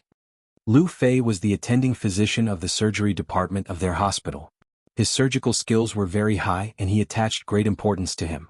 With that, he asked Lu Fei to sit on the sofa opposite him and then asked, "Although old Hua is a little stubborn, he works in the traditional Chinese medicine department and doesn't interfere with your Western medicine department at all. How did he offend you? Besides, isn't Fang Yuqi your assistant? Why do you want to complain about her?" Lu Fei said emotionally, "Director, you don't know that I was performing a very important operation just now, but old Hua took advantage of his seniority and went too far. He brought his traditional Chinese medicine to my operating table and wanted to give it to my patient who was about to be operated on." "Is that so?" Zhang Lijun frowned slightly. Hua Xinjian used to be his father's subordinate and had saved his father's life, so he had always been very tolerant of Hua Xinjian. That was why the traditional Chinese medicine department had been preserved. But he hadn't expected that the old man would go too far. Lu Fei continued, "Director, if people knew that our Guangren hospital gave traditional Chinese medicine to a patient on the operating table, we would definitely be laughed at by our peers and seriously affect our hospital's reputation. More importantly, the patient's life was in danger and he could die at any time, but I couldn't stop him. At the critical moment, Fang Yuqi stood on old Hua's side and said that if I didn't save him, she would save him. If I didn't do the operation, she would do it. How could she be an assistant? I really had no choice but to report to you. We can't let them fool around, or it will seriously affect our hospital's reputation. That's too much." After hearing Lu Fei's words, Zhang Lijun's face changed greatly. He jumped up from his chair and said, "Let's go and see what these people want. This is still a hospital, not a place. How can they do this?" "Director, you must not be polite this time, or our hospital will really be in chaos in the future." Lu Fei followed Zhang Lijun with a smug smile. He continued to add fuel to the fire. He wanted to seize this opportunity to completely bring down the traditional Chinese medicine department.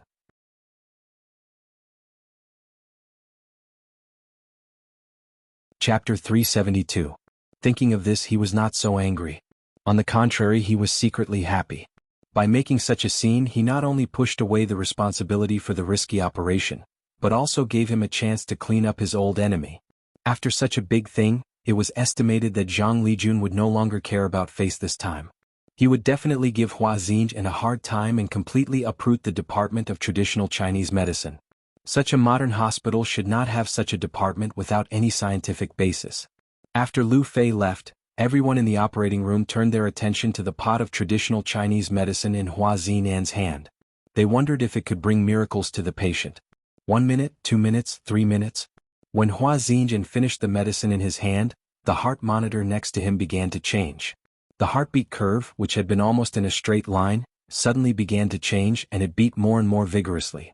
5 minutes later, Feng Zixiong's heart rate curve was no different from that of a normal person. Everyone's eyes widened, including Hua Xinjian. They couldn't believe what they were seeing. A minute ago they saw clearly what kind of state Hua Xinjian was in. He was really in danger and his heart could stop beating at any time. But now, after drinking the pot of black medicine soup, his heart was beating more normally than a normal person's. What on earth was he drinking? Was it traditional Chinese medicine or magic soup? Fang Yuqi was the first to recover from the shock.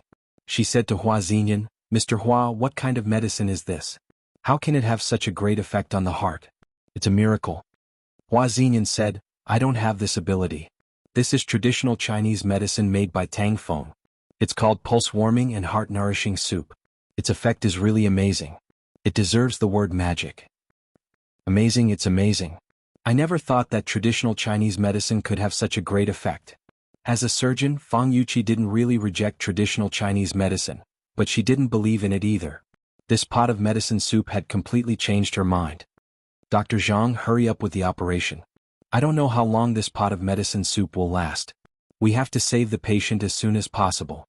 Hua Xinjian certainly wouldn't leave before the operation was over. Although Feng Yuqi had just said that she would take responsibility for the operation, how could he blame it on a young man? If the operation was unsuccessful, he would bear all the responsibility. Don't worry, old man. According to the patient's current condition, the success rate of the surgery is at least 90%, or even 100%. Feng Yuqi was full of confidence. Holding the scalpel in her hand, there was a fiery look in her eyes.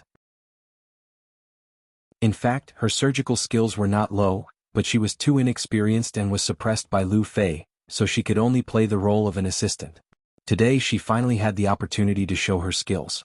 With the cooperation of other medical staff, the surgery began in an orderly manner. Outside the operating room, the sound of hurried footsteps came from the other side of the corridor. Zhang Lijun was in front, Lu Fei was behind him, and there were a few more people in charge of other hospitals next to them. All of them looked serious and even angry. Dean, do you smell it?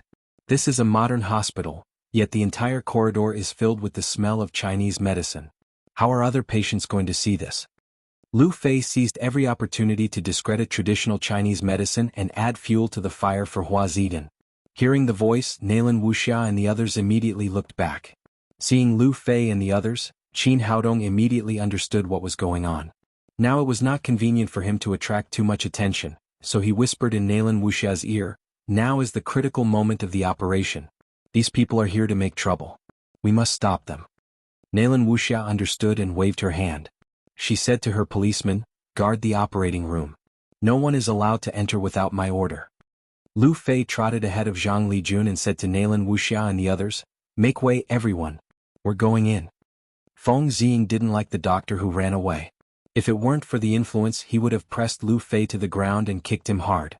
He said with a cold face, "What are you going to do? My brother is having an operation. If you want to go in, you have to wait until the operation is over." With the dean behind him, Lu Fei was much more confident. He shouted, "Although you are policemen, this is the operating room of our hospital. You have no right to stop us from going in. Get out of the way."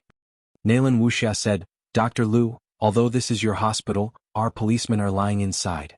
No one can go in before the operation is over." Lu Fei wanted to get angry, but he saw the warning on Nalan Wuxia's shoulder.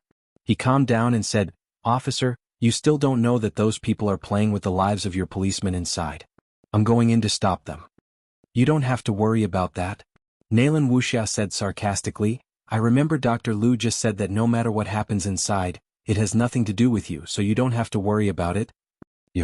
In the face of Nalan Wuxia, who didn't give him any face, Lu Fei had no choice but to turn back to Zhang Lijun and several hospital leaders and say, "Director, these people don't agree with us to stop this operation." Zhang Lijun couldn't do anything in the face of the angry policeman. He glanced around and suddenly saw Wang Jianfeng standing next to him with his hands behind his back. They had dealt with each other several times before, so they were familiar with each other. He stepped forward and said, "Director Wang, I didn't expect you to be here." Wang Jianfeng said, "It's our policemen who are injured inside." Zhang Lijun said, "Director Wang, to tell you the truth, there has never been an operation like this in our hospital. I don't think it's appropriate. We must stop it." As soon as he said this, Wang Jianfeng interrupted him and said, "Director Zhang, I don't care whether there is a precedent or not.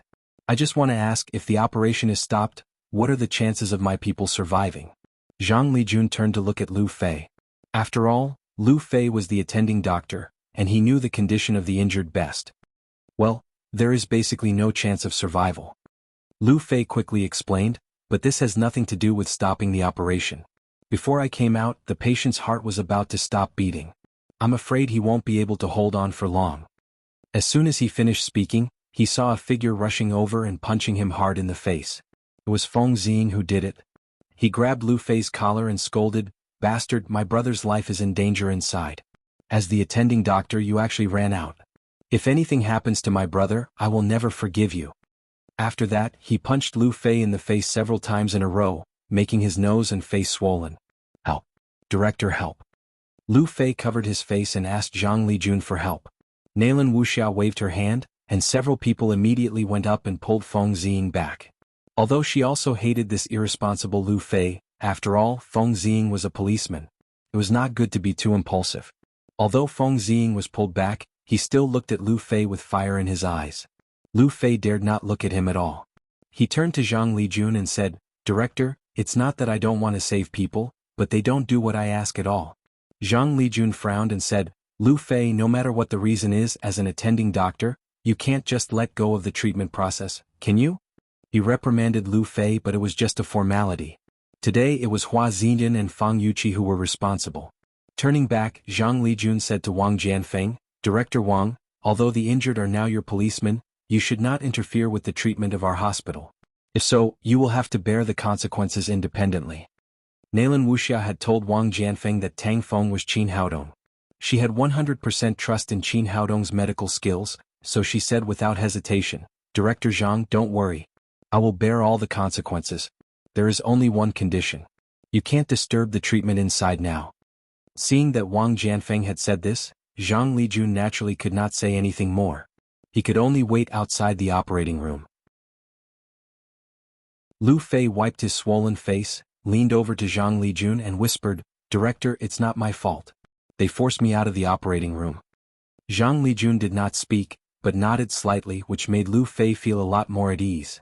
Time ticked by and soon, everyone had been waiting for a full hour. Just when everyone was getting a little restless, the red light above the operating theater suddenly went off. Everyone's heart skipped a beat. This meant that the operation was over, but they did not know the result.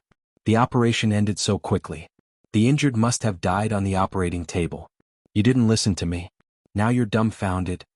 Lu Fei hid and muttered to himself, showing a trace of schadenfreude. But now his face was swollen, which made him look very strange. No wonder he thought so. Generally speaking, such a big operation would take at least 2 or 3 hours. Now it was over in an hour. From a normal point of view, there would be no good result. Under the gaze of everyone around, the door of the operating room slowly opened, and a figure rushed out. After a short pause, he rushed straight to Qin Haodong. It was Tang Ziyan. He took Qin Haodong's hand and said excitedly, "Dr. Tang, where did you get this prescription?" He had just seen the magical effect of the pulse-warming and heart-nourishing soup in the operating room, and he was already very excited. As soon as the door of the operating room opened, he immediately came over to ask what had happened. Qin Haodong naturally could not explain the source of this prescription. Just then Lu Fei rushed over, pointed to Hua Xinyan and said, "Dr. Hua, I have long said that traditional Chinese medicine is not reliable, and that we should believe in Western medicine, which represents science. But you had to give the patient Chinese medicine on the operating table. Now you regret it, don't you?" He saw Hua Xinyan's excited look and thought that he wanted to blame Qin Haodong for the failure of the operation. Not only him but many people had the same idea. Hua Xinyan looked back at Lu Fei and said, "I do regret it, but what I regret is that I didn't slap you. You have forgotten your ancestors, and insulted the treasures left by our ancestors again and again."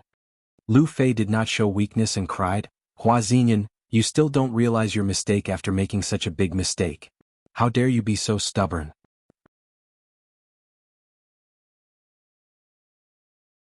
Chapter 373.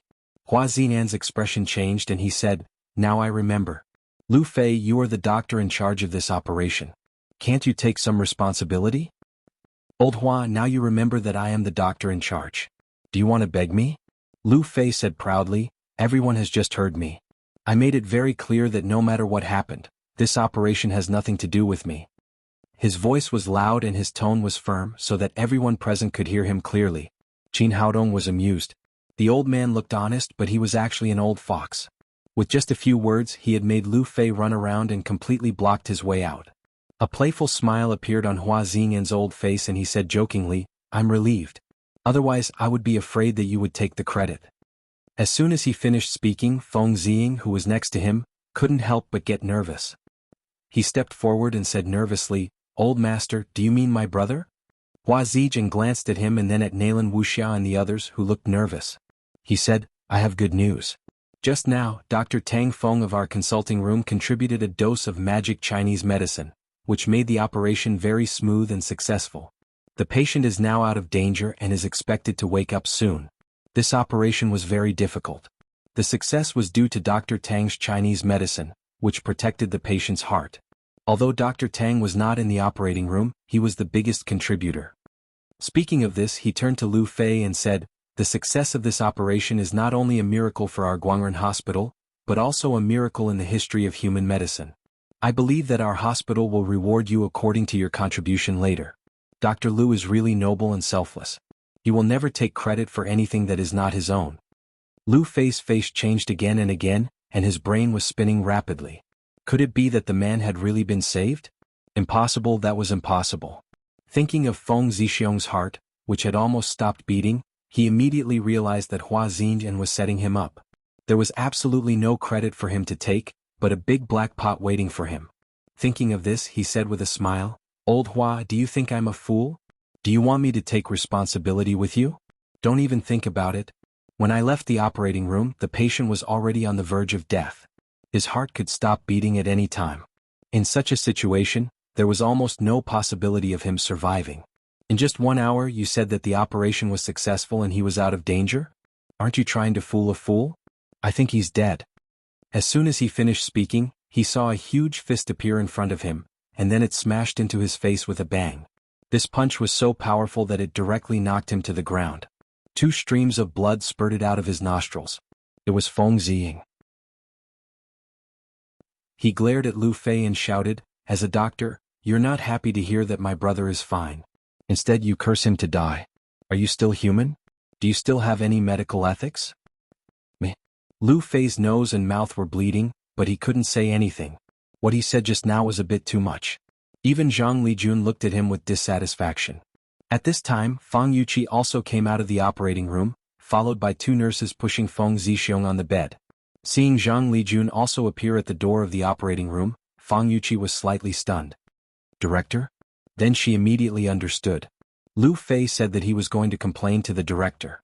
It seemed that he had really gone and moved the director to the operating room. "Dr. Fang, what the hell is going on?" Zhang Lijun's tone was full of dissatisfaction. He also didn't believe everything Hua Xinyan had just said. In his opinion, traditional Chinese medicine was good for treating minor illnesses such as colds and fevers, but it couldn't be of much help in surgery. Fang Yuqi said, "Director, I had a disagreement with Dr. Lu during the operation. As an assistant, I completed the operation. It's my fault. No matter how the hospital deals with it, I have no opinion." Her attitude was sincere, but Hua Xinyan didn't care. He stepped forward and said, "What's the punishment? You've successfully completed this epic surgery and saved a life. At the same time, you've also redeemed the reputation of our hospital. Not only can you not be punished for such a great contribution, but you should also be rewarded heavily?" Zhang Lijun looked at him doubtfully and asked, "You mean the patient was really saved?" Hua Xinyan said, "Of course it's true. I won't lie casually." Zhang Lijun still didn't believe it and turned to look at Fang Yuqi. Fang Yuqi also nodded and said, "Yes, director. The operation was very successful. The patient is completely out of danger." "It's really a success. That's great, that's really great." Hearing the news, the policemen gathered around cheered. They had thought the operation had failed and Feng Zixiong was dead, so no one dared to approach the bed. Feng Ziying burst into tears of joy and immediately rushed to the bed. The frightened nurses hurried to stop him. "The patient has just had an operation. Don't touch him. Don't touch him. Don't touch him." Feng Ziying looked at his brother in the hospital bed. Although his face was still a little pale, his breathing was steady. He was indeed alive. He couldn't help but be too happy to speak. "Impossible, it's impossible. You must be lying." Lu Fei got up from the ground and strode to the bed. When he saw Feng Zixiong breathing normally, his face became paler than Feng Zixiong's after the operation. Only then did he realize that Hua Xinyan had not lied to him.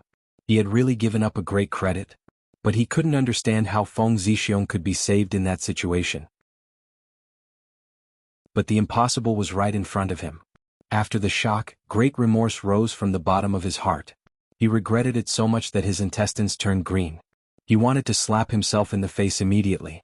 A hero policeman who had arrested a suspect and a dying patient who had been stabbed in the heart by a dagger.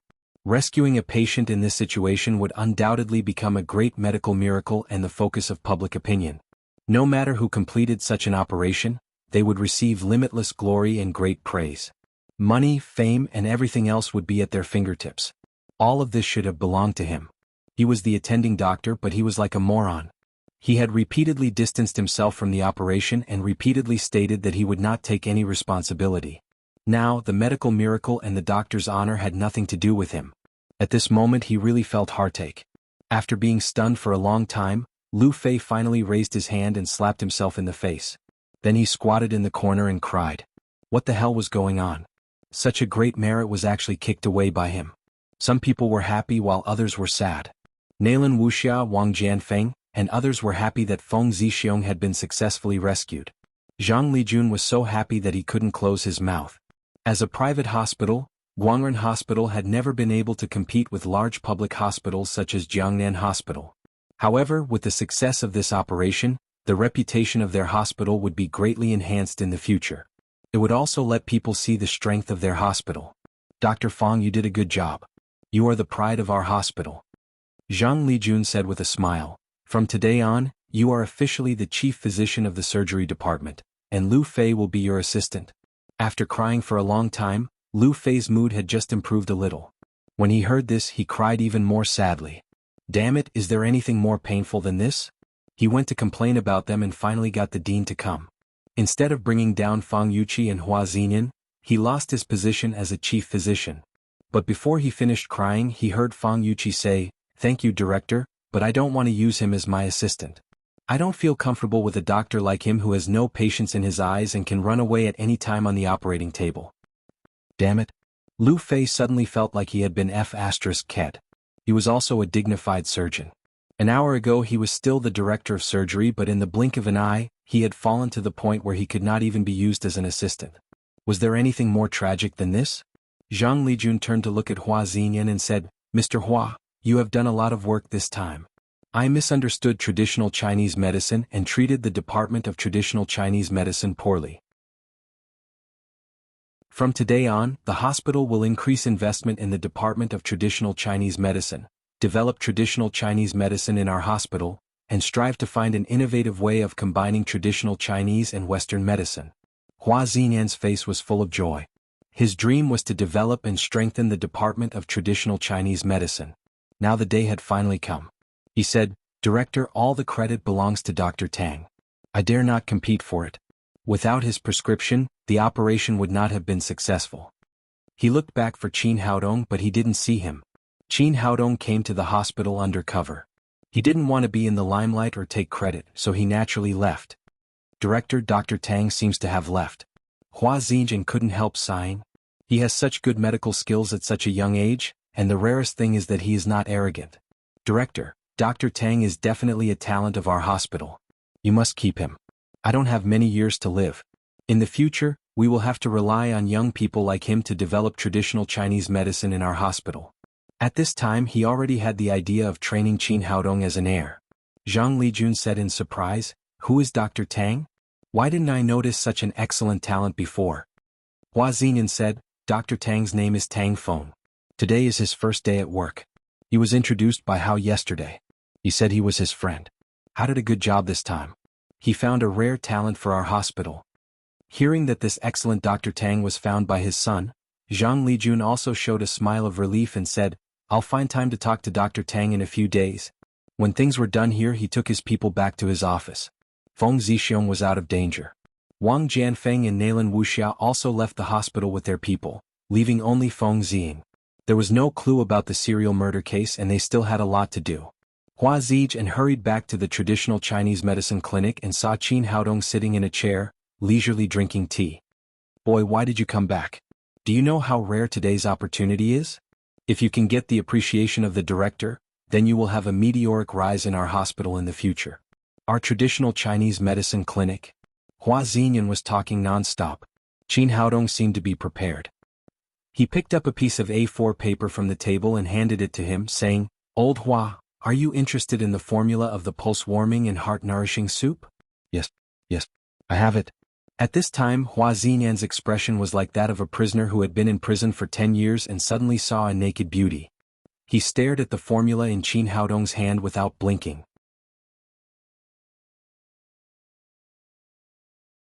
Chapter 374. After witnessing the effect of the pulse-warming and heart-nourishing soup with his own eyes, the old man, who had been pursuing traditional Chinese medicine all his life, was full of curiosity about the formula of this traditional Chinese medicine. However, this kind of secret formula was generally never leaked, so he was too embarrassed to ask Qin Haodong. Unexpectedly, Qin Haodong took the initiative to put the formula in front of him. For a moment, he couldn't believe the facts in front of him and was not in the mood to think about anything else.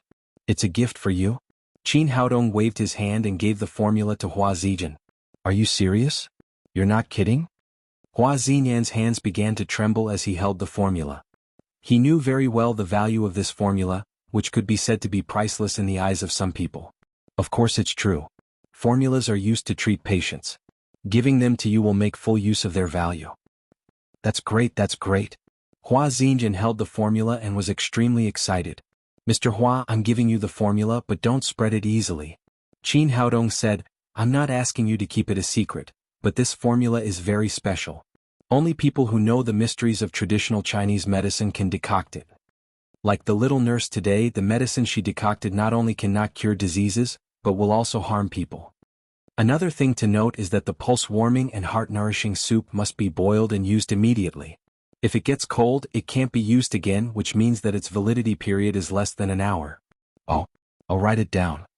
Although the requirements of this formula were very high, it was very effective, so Hua Zijian was still very excited. He stared at the A4 paper without blinking, as if he wanted to engrave the formula in his mind. Just then Qin Haodong's phone rang. It was Naylan Wuxia. He knew that Naylan Wuxia would definitely tell him about today's case. Ignoring Hua Zijian, who was almost crazy, he picked up the phone and answered it. After the phone was connected, Naylan Wuxia said, "Thank you. If it weren't for you, Feng Zixiong would have died today." "I'm a doctor. This is nothing." Qin Haodong asked, "What happened today? How could anyone be so seriously injured? Why did you send him to Guangren Hospital instead of Jiangnan Hospital with better medical conditions?" Naylan Wuxia said, "Here's the thing. According to the plan we've made, all the police have begun to investigate suspects, focusing on groups such as Taoists, gods and witches. According to the public, an old Taoist had suddenly appeared in a community not far from Guangren Hospital some time ago. The old Taoist had rented a house, but his behavior was very strange. He rarely went out. After receiving the news, Feng Zixiong felt that the old Taoist was very suspicious, so he brought another policeman to investigate. He did not expect to be attacked by the old Taoist as soon as he opened the door. Moreover, the old Taoist was extremely skilled. He casually stabbed a knife into Feng Zixiong's chest and then ran away. Because Feng Zixiong was seriously injured, and the crime scene was the closest to Guangren Hospital, the situation was urgent, so he was sent there. "I see." Qin Haodong frowned and his brain began to spin rapidly. When such a suspicious old Taoist suddenly appeared in the midst of successive murders, he was naturally very suspicious. He asked, "What does that old Taoist look like? Did he have any obvious characteristics?" Because the old Taoist was too fast, our people didn't see him clearly. They only know that the old Taoist looked not young, should be 60 or 70 years old, wearing a Taoist robe. Qin Haodong said, "It seems that the old Taoist is also a warrior. Inform your people to find his whereabouts again. Don't act rashly. Let's go and have a look together." "Yes. I've already passed the order." Naylan Wuxia said, "Now the old Taoist is very suspicious, but we can't confirm that he is the murderer of the murder. Maybe the murderer is someone else. How's the progress on your side? Have you found any suspicious people?" Qin Haodong said, "I checked the records of the archives of Guangren Hospital this morning. In the past month, there have been more than a dozen doctors who have inquired about information in the archives. At present, we can't further narrow the target. Half of the 3 days have passed. We have to hurry or someone may be killed again." Naylan Wuxia said, "By the way, today the experts invited by the province conducted another autopsy on the body. They came to a new conclusion. Judging from the cut marks on the body, the murderer must be left-handed." "Left-handed?" Qin Haodong thought of something and said, "This clue is very valuable. With it, we can quickly check the dozen doctors. Whoever is left-handed is the most suspicious." Naylan Wuxia said, "You must be careful. Contact us if anything happens." Don't worry about my safety." Qin Haodong hung up the phone. As soon as he put away the phone, Hua Zijian ran over, took the prescription of the pulse-warming and heart-nourishing soup, and asked all the questions in his mind. Qin Haodong had only respect for the old man who loved traditional Chinese medicine. He answered all of Hua Xinyan's questions without reservation. Soon Hua Xinyan felt that he had almost finished his research. He ran into the pharmacy with the prescription and began to test the medicine. The whole traditional Chinese medicine clinic was left to Qin Haodong. Qin Haodong became the doctor on duty. He began to think about how to check the information of the doctors obtained in the archives and see the patients who came in from time to time. But by the time he got off work, he hadn't come up with a clue. He couldn't go from one clinic to another to see if the doctors were left-handed. This would inevitably arouse other people's suspicions and maybe alert the enemy. It was time to get off work. The hospital stopped registering, but Hua Xinyan was still in the pharmacy and had no intention of coming out. Qin Haodong didn't want to disturb him, so he changed his clothes and was about to leave. Just then a woman came in. The woman was about 30 years old and had very delicate facial features. She wore a pair of close-fitting jeans and a t-shirt, which outlined the perfect curve of her figure vividly. The woman glanced at Qin Haodong and said with a smile, "Dr. Tang, I want to invite you to dinner tonight. Is that okay?" "Invite me to dinner?" Qin Haodong looked at the woman again. She was vaguely familiar, but he had never seen this person in his memory. He asked, "Do we know each other?" Qin Haodong was really confused. The woman called him Dr. Tang. They should have just met today, but he really didn't remember where he had seen this woman. If she didn't know him, now that he had lost his handsome face, how could a beautiful woman take the initiative to invite him to dinner? The woman giggled, showing her white teeth, and said, "Dr. Tang, you forget that I'm Fang Yuqi." Dr. Fang. Qin Haodong understood what was going on. When he was in the operating room, Fang Yuqi was wearing a white coat, a white hat, and a big mask on her face, with only her eyes exposed. This gave him a familiar feeling, but he couldn't figure out who it was. At the same time, he was slightly surprised that Fang Yuqi was such a beautiful woman. Fang Yuqi said, "Dr. Tang, you've helped me so much today. I want to invite you to dinner. Do you have time?" Forget it. Actually, I didn't help much. Qin Haodong didn't want Tang Feng to meet too many people, so he refused directly. Fang Yuqi's eyes widened, obviously surprised. She usually refused other people's invitations.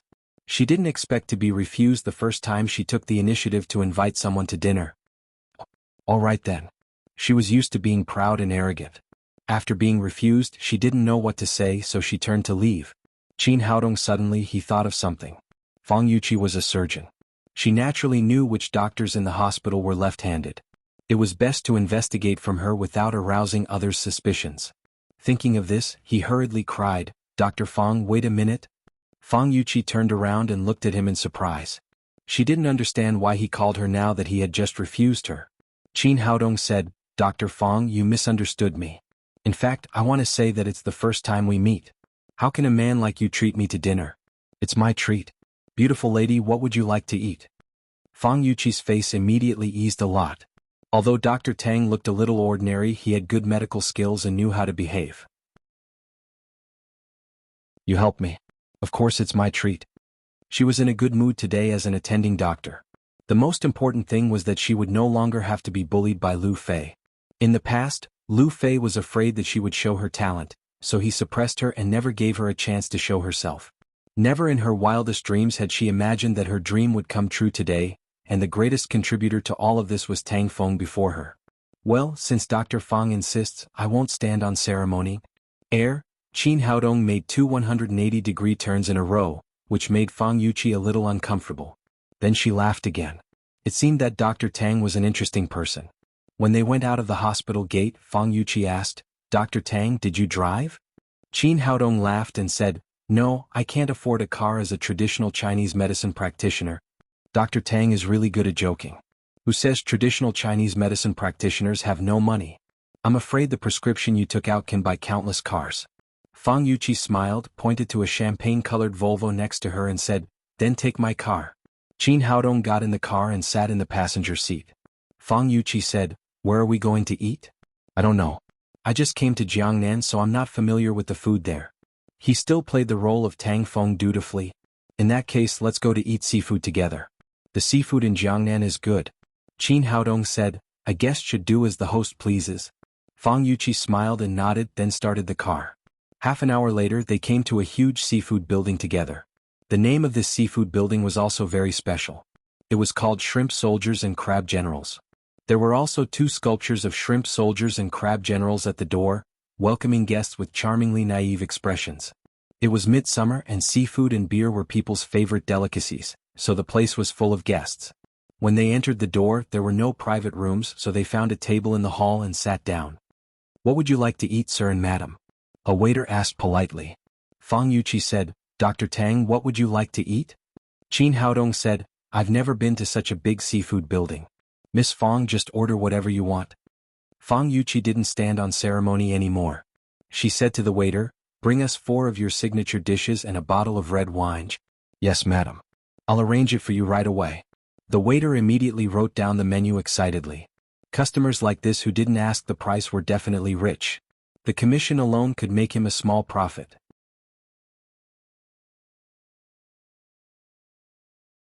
Chapter 375. Fang Yuqi said to Qin Haodong, "Dr. Tang, is this okay? It's not good to drink beer with seafood. As doctors, we should pay more attention to our health. Let's drink some red wine." "Okay, that's okay." Qin Haodong nodded. While they were ordering, a figure appeared at the door of the restaurant. It was Lu Fei, who had just lost his chief physician's hat today. What happened today made him very depressed. The general manager of this seafood restaurant was his old classmate, so he wanted to come over for a drink. He didn't expect to see Qin Haodong and Fang Yuqi as soon as he entered the door. Bastards. After seeing these 2 people, Lu Fei gnashed his teeth in hatred. In his opinion, these 2 people had robbed him of his position as chief physician and came here to celebrate. When he heard Fang Yuqi order, Lu Fei sneered. He was worried about how to teach them a lesson, and now the opportunity had come. When the waiter came back, Lu Fei waved him over. Because Lu Fei was a regular here, the waiter knew that he was the general manager's classmate. He stepped forward and said politely, "Hello, Dr. Lu." Lu Fei asked, "What did the guest at that table order?" The waiter said, "The lady didn't say. She asked me to arrange 4 signature dishes and a bottle of red wine." "Well, listen to me and arrange it for them." After Lu Fei finished speaking, the waiter said with a surprised look, "Dr. Lu, according to the rules, we should show the guests after arranging the dishes. We can only order if the guests agree. The dishes you mentioned are too expensive. I guess the guests won't agree. Don't show them. Just order directly." The waiter hurriedly said, "I can't do that, Dr. Lu. If the guests don't pay the bill, I can't afford it even if I sell myself." Just then, a middle-aged man in a suit came over. When he saw Lu Fei, he patted him on the shoulder and said, "Doctor, why don't you go upstairs? What are you doing here?" This man was Song Wu, the general manager of the hotel. Lu Fei took Song Wu's arm and whispered, "Do you see those 2 people? They have a grudge against me. Now you have to help me." He gave a brief account of how he had lost the title of chief physician this afternoon, but in his words, Fang Yuqi had become a woman who had climbed into the bed of the director, and he had become a victim. Song Wu and Lu Fei were birds of a feather. He often asked Lu Fei to do things for him. At this time, he patted his chest and said, "Brother, what do you need me to do?"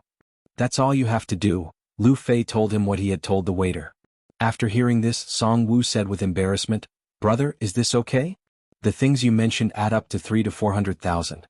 What if they can't pay the bill? What should I do? I'm just the general manager of the hotel, not the boss. If that's the case, I'll be laid off. I still have a family to support." "Don't worry. That woman has just become the chief surgeon. I'll go with you to collect the debt later. She definitely won't make a big deal out of this. Otherwise, the whole hospital will know that she came here to eat and dash after becoming the chief surgeon. Besides, her family background is very good. She doesn't lack money, so she will definitely pay the bill. Will this work?" Song Wu was still a little worried. "Why not? This will not only make them bleed, help me vent my anger, but also help you make a large commission. What a good thing." Lu Fei said, taking out a golden bank card from his pocket. "I have 500,000 in this card. If they don't pay, I'll pay for it. Is that okay?" Song Wu immediately smiled and said, "Brother, if you say so, then I have a plan. I'll go and arrange it now." Lu Fei looked back at Qin Haodong and Fang Yuqi with a sneer. "How dare you fight against me? I'll make you bleed first." At the table, Qin Haodong and Fang Yuqi were talking happily. Qin Haodong came with a purpose. He asked, "Dr. Fang, where did you graduate from? How many years have you been in Guangren Hospital?" Fang Yuqi said, I'm a doctor of medicine who came back from studying in M country. As of this summer, I've been in Guangren Hospital for 3 years. A doctor of medicine from M country should be very popular in Wuxia. Why did you come to Guangren Hospital? Didn't you consider a large public hospital like Jiangnan Hospital? When I came back, I also received an invitation from a public hospital, but I felt that the interpersonal relationships in public hospitals were too complicated. There were many other factors besides medical skills, so I chose Guangren Hospital. Fang Yuqi smiled bitterly. Later, I learned that seniority and interpersonal relationships are the national conditions of Wuxia. This situation exists in both public and private hospitals, so I've been Lu Fei's assistant for 3 years. Qin Haodong nodded and said, in terms of salary, private hospitals should be a little better than public hospitals, right? Fang Yuqi said, not bad. My annual salary is 300,000, which is a lot compared to ordinary people. But people who study medicine pay a lot. My classmates are already mothers of 2 children, and I'm still an old girl who can't get married. Qin Haodong laughed and said, in fact, it's not your fault. You're too good. You have a high education and are beautiful. Ordinary people really can't muster up the courage to pursue you. For example, I can only look up to a beautiful woman like you. While they were talking, the waiter brought up the dishes one by one. Then he took a bottle of wine with English letters on it and said, would you like to open the red wine?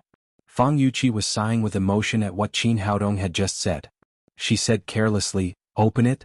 The waiter opened the red wine with a bang. Qin Haodong looked at him in surprise and said, what's wrong with you? Why are your hands shaking? The waiter said nervously, no, it's nothing. Maybe the air conditioner here is too high. After that, he poured red wine into their glasses and hurried away. Although the waiter's behavior was a little abnormal, Qin Haodong didn't care about the serial murders and continued to chat with Fang Yuqi. He picked up his glass and said, congratulations on your promotion to chief physician. Fang Yuqi raised her glass and gently touched Qin Haodong's. Thank you. Qin Haodong's heart skipped a beat. Fang Yuqi was holding the glass with her left hand, which showed that she was left-handed. Putting down his glass, Qin Haodong said, Dr. Fang, you are left-handed. I heard that left-handed people have an advantage in many industries, such as table tennis and badminton, which make it difficult for opponents to guard against. I wonder if being a doctor has an advantage in this respect? Fang Yuqi took a sip of red wine and said, it's not an advantage but it's not inconvenient. It's the same with the left hand and the right hand. The key is your level of surgery. Seeing that the conversation was almost over, Qin Haodong began to slowly get to the point. In our hospital, are there many doctors who operate with their left hand like you? Fang Yuqi didn't think much about it. She just thought Qin Haodong was chatting casually. She said, not too many. I'm left-handed, so is Lu Fei. There is also Dr. Zhang Yang who is about to retire, but he is old now and does very few operations. Qin Haodong went through the list of names he had obtained from the archives in his mind. There was no doctor named Zhang Yang on it. Now the scope of targets was rapidly narrowing down to Lu Fei and Fang Yuqi. He just needed to check them out. While he was thinking about the case, Fang Yuqi said, Dr. Tang, who did you learn your medical skills from? Family heirloom. I learned it from my grandfather when I was a child. Fang Yuqi said, I didn't have much contact with traditional Chinese medicine before. In M country, the idea I received was that traditional Chinese medicine was unscientific and that traditional Chinese medicine practitioners were liars. But today, I saw the magic of traditional Chinese medicine from you. This is a field that Western medicine can't get involved in. Then they ate and chatted. Through the conversation, Qin Haodong felt that Fang Yuqi was kind and straightforward, not like a murderer, but it was hard to say. Maybe she hid it well enough. About 2 hours later, when they were almost finished, Fang Yuqi raised her hand and called the waiter over. Bill, please. Then she took out her wallet to pay. Qin Haodong didn't say anything. It wasn't that he was stingy. It was not cheap to eat in such a seafood restaurant, and he was just a small traditional Chinese medicine practitioner now. It was better not to rush to pay the bill or it would easily arouse suspicion. Okay. The waiter said, Miss, you spent 408,000 yuan in total. The manager said that you can pay 400,000 yuan. What the hell? I spent more than 400,000 yuan on 4 dishes. This hotel is so rip-off. Qin Haodong understood why the waiter was trembling when he opened the wine. It turned out that he was nervous or excited before ripping people off. Fang Yuqi was also shocked. Although she had a good financial condition, it didn't mean that she had no bottom line. She couldn't be ripped off in confusion. Did you make a mistake? We only had 4 dishes. How could it cost so much? 4 dishes cost more than 400,000 yuan. Are you running a black shop? Hearing the conversation between him and the waiter, the guests at the next tables all looked this way. 4 dishes cost more than 400,000 yuan, which was really scary. The waiter took the menu and said, "Miss, we are not a black shop. The prices are clearly marked. Look, what you have eaten is the most valuable thing in our shop." Seeing that Fang Yuqi ignored his bill, the waiter read it directly. "What you have eaten is crocodile tail stew, 28,000 yuan per dish, wild yellow croaker, 16,000 yuan per caddy, yours is 3 caddies and 2 tails. This bottle of red wine is 15-year-old gold Romani Conti, 200,000 yuan per bottle, a total of 408,000 yuan. Our goods are genuine. Even if you sue us to the Bureau of Commodity Prices, we won't be afraid." The matter had been made clear. On the contrary, the waiter was confident. If the business was done, he would also get a good commission. Fang Yuqi said with a cold face, "I just asked you to arrange 4 signature dishes. Are these the signature dishes of your hotel? How many people in Jiangnan City can afford to eat such dishes? Besides, shouldn't you let me have a look before you place the order? Shouldn't you ask for my opinion in advance before you spend 400,000 yuan?" The others also talked about it. "Yes, why don't you tell people in advance when you sell such expensive things? This is a disguised ripoff. It's a fraud. 400,000 yuan for a meal is enough for an ordinary person to eat for a lifetime." The waiter was already mentally prepared. He put on a helpless face and said, "Miss, you asked me to arrange the dishes. I have already asked for your opinion before opening the wine. You asked me to open it. Don't tell me you don't have money to pay the bill and want to dine and dash?" "Who wants to dine and dash?" While talking, Song Wu and Lu Fei came together. The waiter pointed to Qin Haodong and Fang Yuqi and said, "Manager, it's them. They don't pay for the meal." You're tuning in to the Han Li's Wuxia Adventures YouTube channel. We're so grateful for your support, and don't forget to subscribe to join us on this incredible journey through captivating stories. Your generosity through donations truly makes a world of difference, as it's the primary source of revenue that allows me to expand and enhance this channel for you. Thank you from the bottom of my heart for being a part of this adventure.